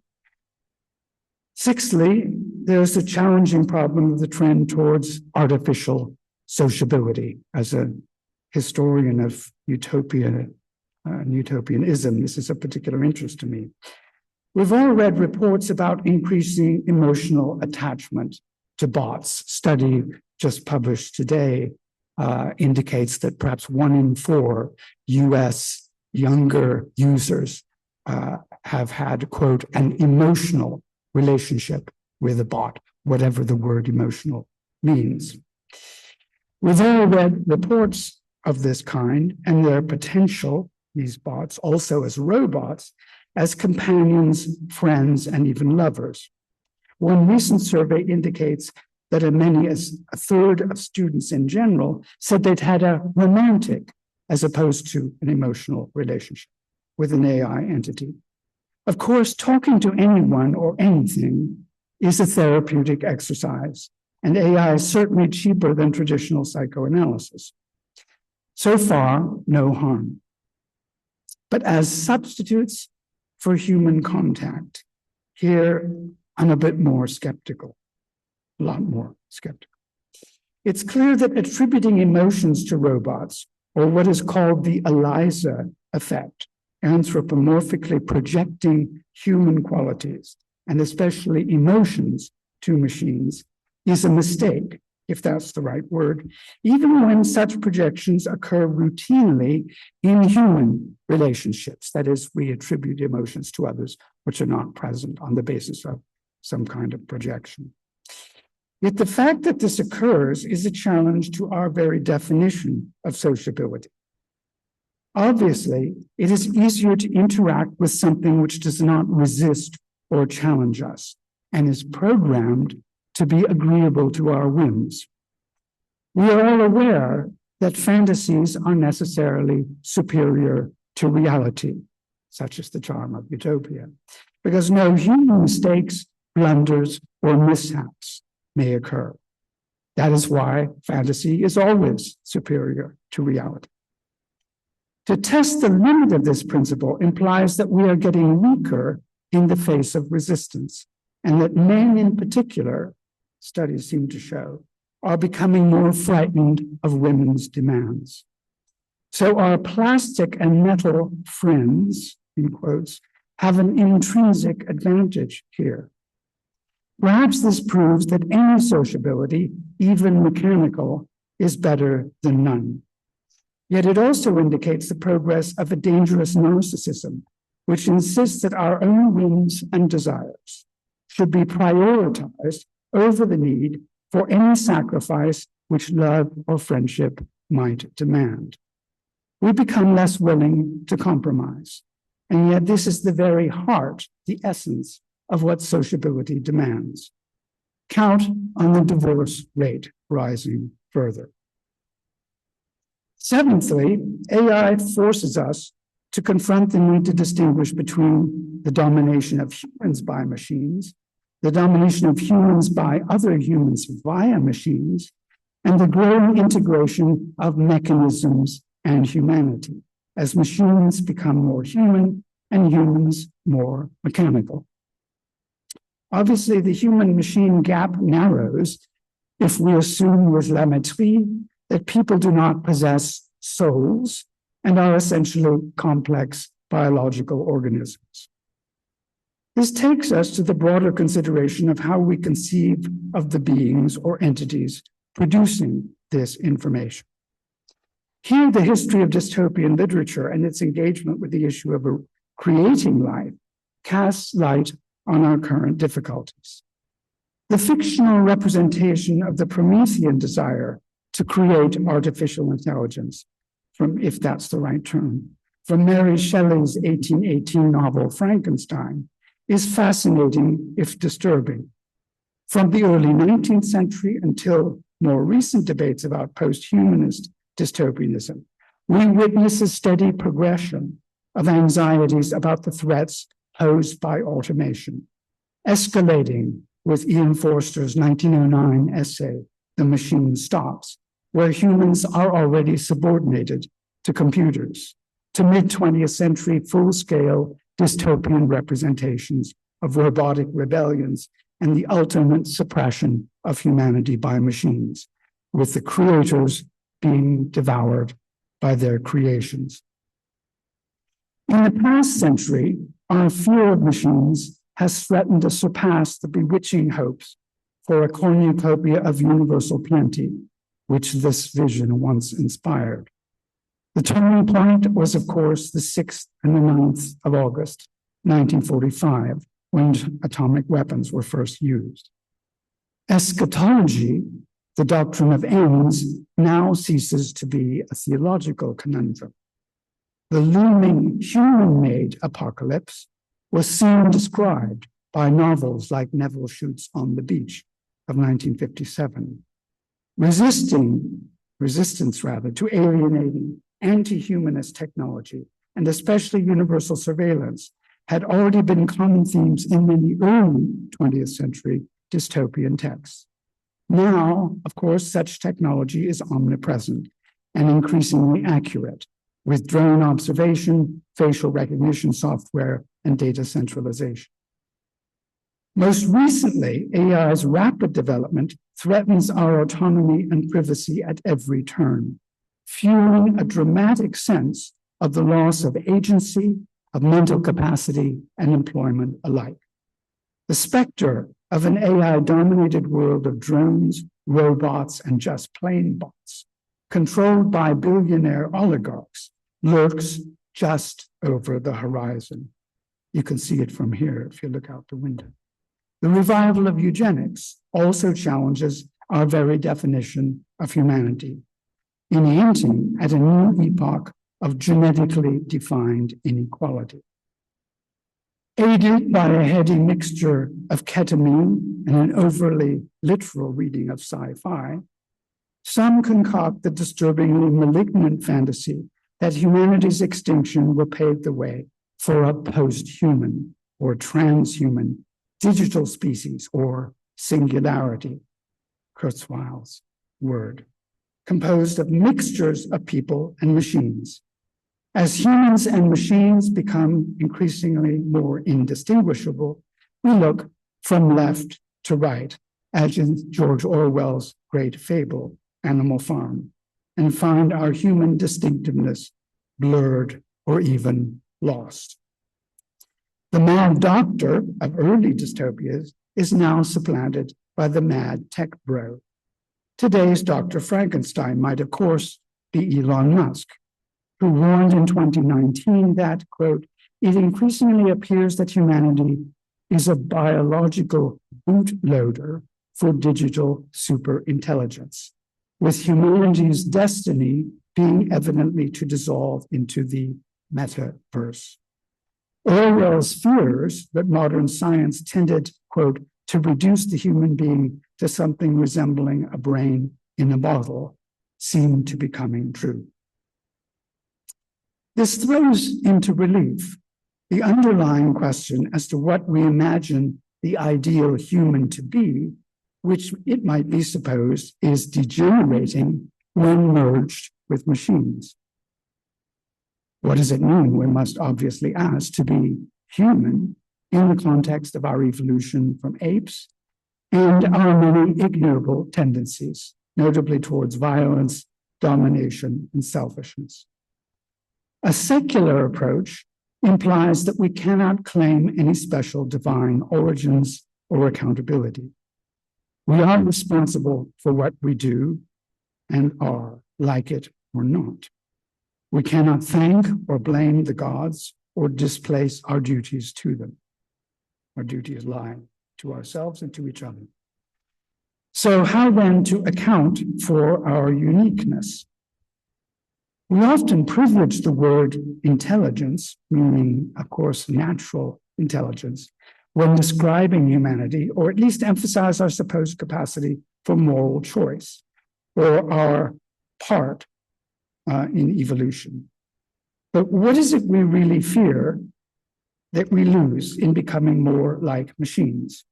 It is not longevity, for as all cyborgs recognize, artificial replacements, I have a heart valve, increase our longevity without challenging our humanity as such, and indeed enhancing it. So, eighthly, and perhaps most importantly, there is the key issue of the control of AI by malevolent entities. I've hinted at this, and some of the previous speakers this afternoon have as well. This is not so much a case of the genie being let out of the bottle as who holds the bottle in the first place and how to control them. Much of the current trend smacks of the Wizard of Oz scenario, where a human being behind a screen pulls the strings to make a machine appear in control. The wire pullers, of course, are mainly corporate, dominated by a few multi-billionaires, notably Musk, Larry Ellison, and Peter Thiel. Musk is an out-and-out white supremacist racist. Ellison envisions a surveillance state ruled by tech bros. During an hour-long Q&A during Oracle's financial analysis meeting recently, Ellison said, citizens will be on their best behavior because we're constantly recording and reporting everything that is going on. Anybody who's read even a few dystopias remembers this theme. The master financier of the current US Vice President, J.D. Vance, Peter Thiel, has asserted that democracy and freedom, by which he means lack of regulation of his industry, are incompatible. He doesn't mean by freedom your human rights. The CEO of his company, Palantir, Alex Karp, has recently described a vision of what he calls the technological republic, which is essentially fascist, as we would recognize it in the European tradition. This corresponds to the actual dystopian politics of Silicon Valley and its political allies. The algorithms designed by Musk and other AI producers are manipulated according to the financial imperatives perceived by their owners, as well as their own political and moral biases. The bottom line is, of course, profitability and a compliant and uneducated public fed on bullshit. So whether the AI revolution becomes dystopian depends centrally on who controls its input and what values they promote. Politically, many algorithms now direct users towards extremist and overtly right-wing and fascist sites. There's evidence that this trend has doubled in the last 2 years. The current US government, of course, promotes this trend since its own foreign policy has been refocused towards supporting far-right policies everywhere. This, however, is exactly the point at which any sensible nation, or in our case, group of nations, the European Union, should intervene and regulate the content and method of AI proliferation. While deeply racist throughout its own history, the United States has never suffered under fascist dictatorship, not yet, anyway.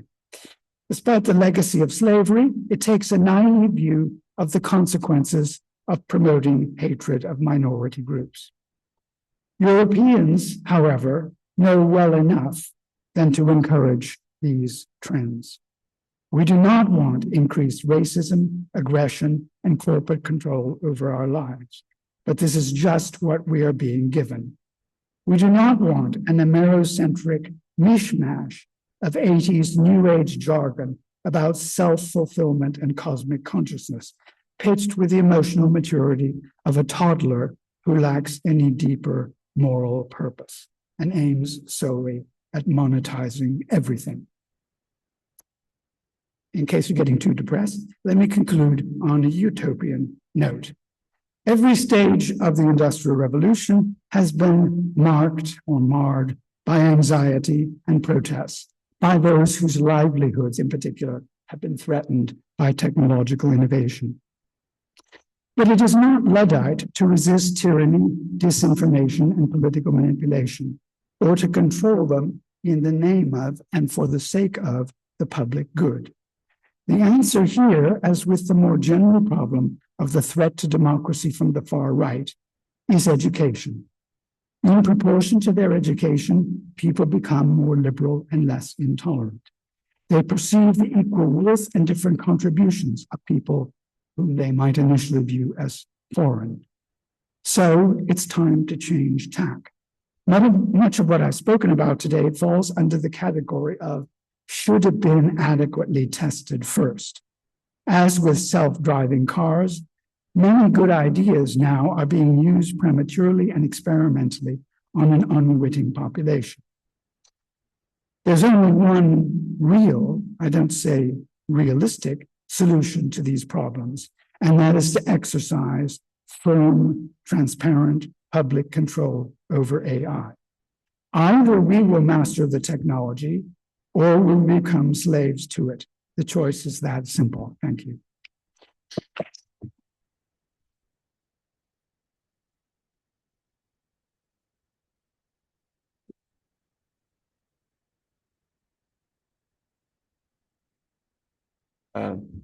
Thank you very much. This was, again, Gregory Clay's. One of his main, actually, points that you would also hear in his presentation is the idea of sociability. Unlike many students of Utopia before him, he is closely interested in sociability.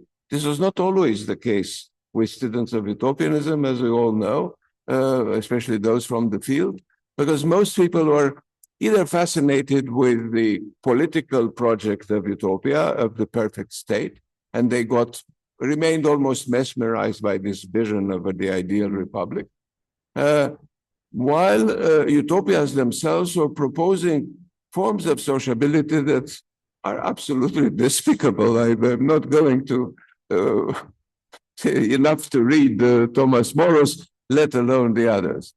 Plato is fine as well if you read him carefully and you understand what kind of a society he had in mind. But then came the time for literary students of Utopia who focused obsessively on some minute tropes in a particular text and then kept talking about that forever.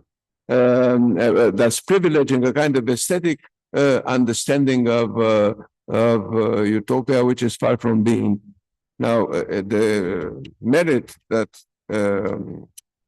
Greg has is that he is coming from this vision of history of utopias, looking around at reality as well, and then trying to measure the success or the effects or the failure of a utopian plan or of a political project of sorts, sometimes implemented, sometimes not, waiting for us in the wings, at the level of sociability.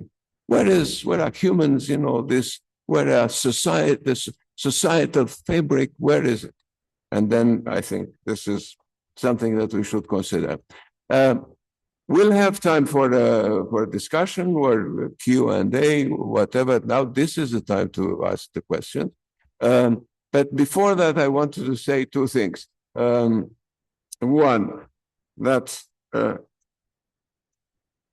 what shall I say, the primum movens for the existence of this Bucharest hub of the Academia Europaea is here present, and that is Gregory Clay's. In 2018, in Jerusalem, of all places, there are people who attending a conference on utopianism. I think we were the only two goyim in the field in the conference. He persuaded me that I should accept nomination to the Academia Europaea. And I said, well, I hesitated, but he was blunt in a way that I had never suspected. We can say that persuasive, but maybe that. So I said, okay. On one condition, I thought that I would do something for others out there in Romania. And so I started this campaign of quite actively nominating Romanian colleagues for the Academia Europaea. And then from 2019, I was joined in this exercise by my first nomination, Mircea Dumitru here present. And then years later, we got to establish the Academia Europaea hub. Now, but all that would have been a nice try without the extraordinary, stubborn, steady, diplomatic, relentless, and finally successful effort of Dr. David Coates, hiding under that escape from me. Oh, okay, you're still there. The executive secretary of the Academia Europaea. I also say hello to his wife, Susanna Margaret Coates, who is there. Now, David, from my first presentation and plea for the setting of Academia Europaea hub in Bucharest, against all odds, I would say, because at the time we had a small number of members, he said yes. And this started a series of extremely frank discussions, informal and formal. And then through the history with 3 successive presidents of the Academia Europaea, and several years later, last year, we established the Academia Europaea Bucharest hub.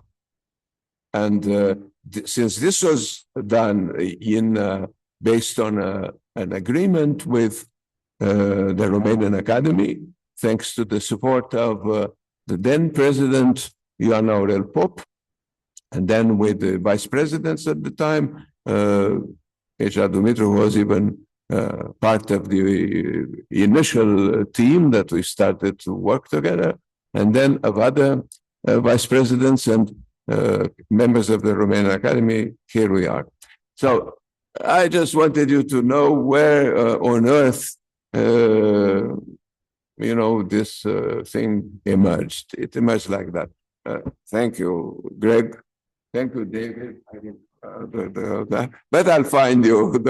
Don't you worry. I'll get you. So if there are questions and comments, this would be the moment to raise them. Yeah.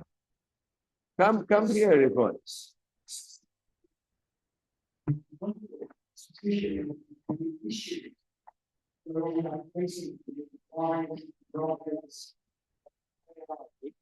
And all that it, here we go. Good afternoon, everybody. Thanks for that wonderful talk, George. We're all facing many, many issues associated with the rise of AI and its very rapid impact on our day-to-day lives. But you said something very, very critical for us as academics and academic practitioners, and that was the gradual, maybe not even gradual, the decline in the, I have to choose my words carefully, intellectual capacity of the intellectual capacity, or at least the critical faculties of our modern day student population in universities, and perhaps the failures of our institutions themselves to get to grips with that. Many years ago, we have an ongoing symposium series. We had a symposium called From Information to Knowledge, From Knowledge to Wisdom. I would welcome your comments on what we're now seeing as a deficit in the university organizational and institutional structures. How on earth do we try and, in a sense, put the clock back a little bit to make sure the undergraduates, the students, the postgraduates develop their critical faculties for future life? Just before that, David knows that, and in fact, the main asset I had was that I could discuss everything all through these years, frankly, openly, candidly, with David, informally. The thing is that, yes, particularly this aspect of looking at AI in connection with the academic world, education and research is going to be the main focus of this projected Academia Europaea hub in Jerusalem, with whom I am with a group of scholars. Only the university, the Hebrew University, has 30 members of the Academia Europaea, and hopefully this project is going to go ahead. Answer, Greg. So I'm sure everyone's aware that since the ancient world, every generation has lamented that the youth of today are inferior to their forefathers. Let me give you a personal answer to this. I taught for 30 years at the University of London. And during that time, I noticed a firstly gentle decline from the 1990s into the middle of the first decade of this century. in the amount of work that students were willing to do, in the quality of writing that they were producing, and in their general, what you refer to, I think, as cognitive capacity or intellectual capacity. After that period, that decline, from my personal experience, became much sharper. Once one could assign 3 or 4 or 5 books for a single term, half-year course, that became reduced to about half that load, and then the expectation of what students actually read declined consequently from that. In the amount of writing that students did, requirements were also continuously declining, and much more importantly, in the quality of the writing, a marked decline. From much of this was coincidentally just after the financial crisis of 2008, which had an absolutely devastating effect upon higher education in Britain and led to effectively the corporatization and monetization of the entire university system. So one of the worst things that happened, just to give you an illustration of this, is that I, unlike many of my colleagues for many years, I used to always mark grammar and spelling errors, not to mention errors of history and interpretation, in my students' essays. Extremely time-consuming and extremely laborious, but to my mind, possibly the most essential task that I could engage in trying to raise them to the levels of awareness which I was seeking. Then a nefarious system called Turnitin was introduced, whereby all essays were submitted, but far worse, marked electronically.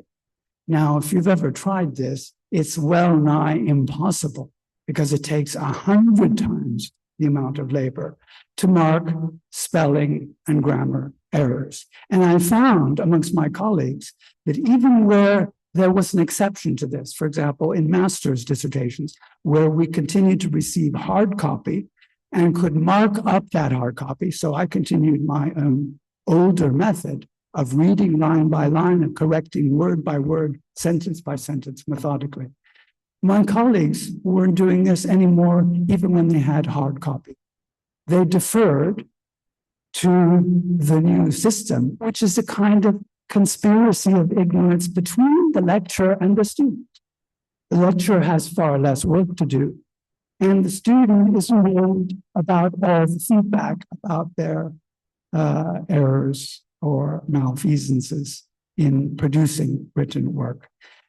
Now, what AI has done, of course, I've been retired for 5 years, but I follow the debate pretty closely, and I follow what my colleagues have to say about this, is to almost completely destroy the possibility of using written work by students as the first primary and most important form of evaluation in the universities. Now, to my mind, we could have a discussion, of course, about this. While it's extremely important to teach students how to present in public, to teach them how to talk, because this is the academic side of sociability. This is the communication we share as human beings. This is what differentiates us from machines. It's extremely important as well to teach them how to write, because clarity of thought and clarity of writing are seamlessly fused at the end of the day. And now we are, just within the last 12 months, cast into a fairly desperate position.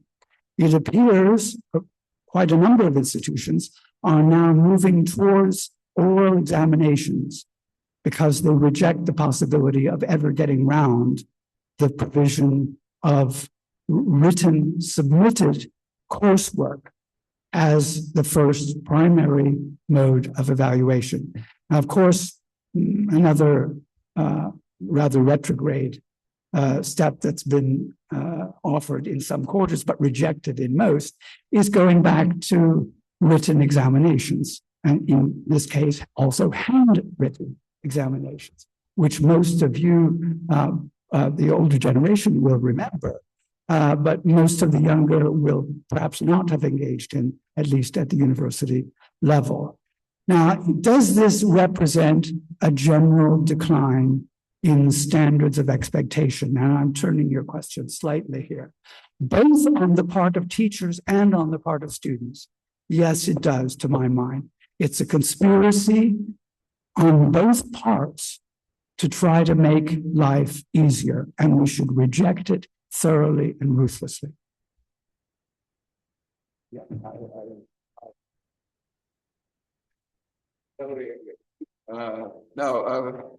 Yeah, now, but imagine this, that at another level, that you are also the editor of a book series.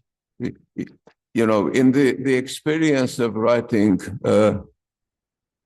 reviews of manuscript reviews for journals and for publishers, this is also something that has changed absolutely dramatically. I can measure the distance from the kind of text that I was supposed to be reading for publishers, I don't know, 20, 25 years ago, and the kind of stuff that I get these years, which sometimes is absolutely unbelievable from the first glance, because it shows a level of repetitive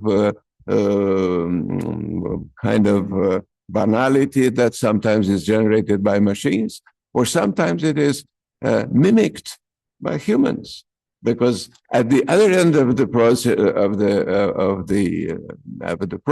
you have evaluators, and evaluators have started themselves to use AI or to scan rapidly and to go, and thus in the kind of time that one needed to review a manuscript, a book manuscript, you know, which was a difficult task to accept. Now things are done in a matter of minutes. So everybody is interested in this kind of shortening of the time of work. Okay, we should actually try and shorten the day and call it a day. Basically, we started very early with the other conference on the Emporian Road. We continued with this. We shall continue tomorrow. So those of you who are still standing, who are recovering, please come back tomorrow at 10. We start at 10, but social interaction starts at 9:30. So thank you very much for the day. Thank you once again. Thank you, and see you tomorrow, for most of you.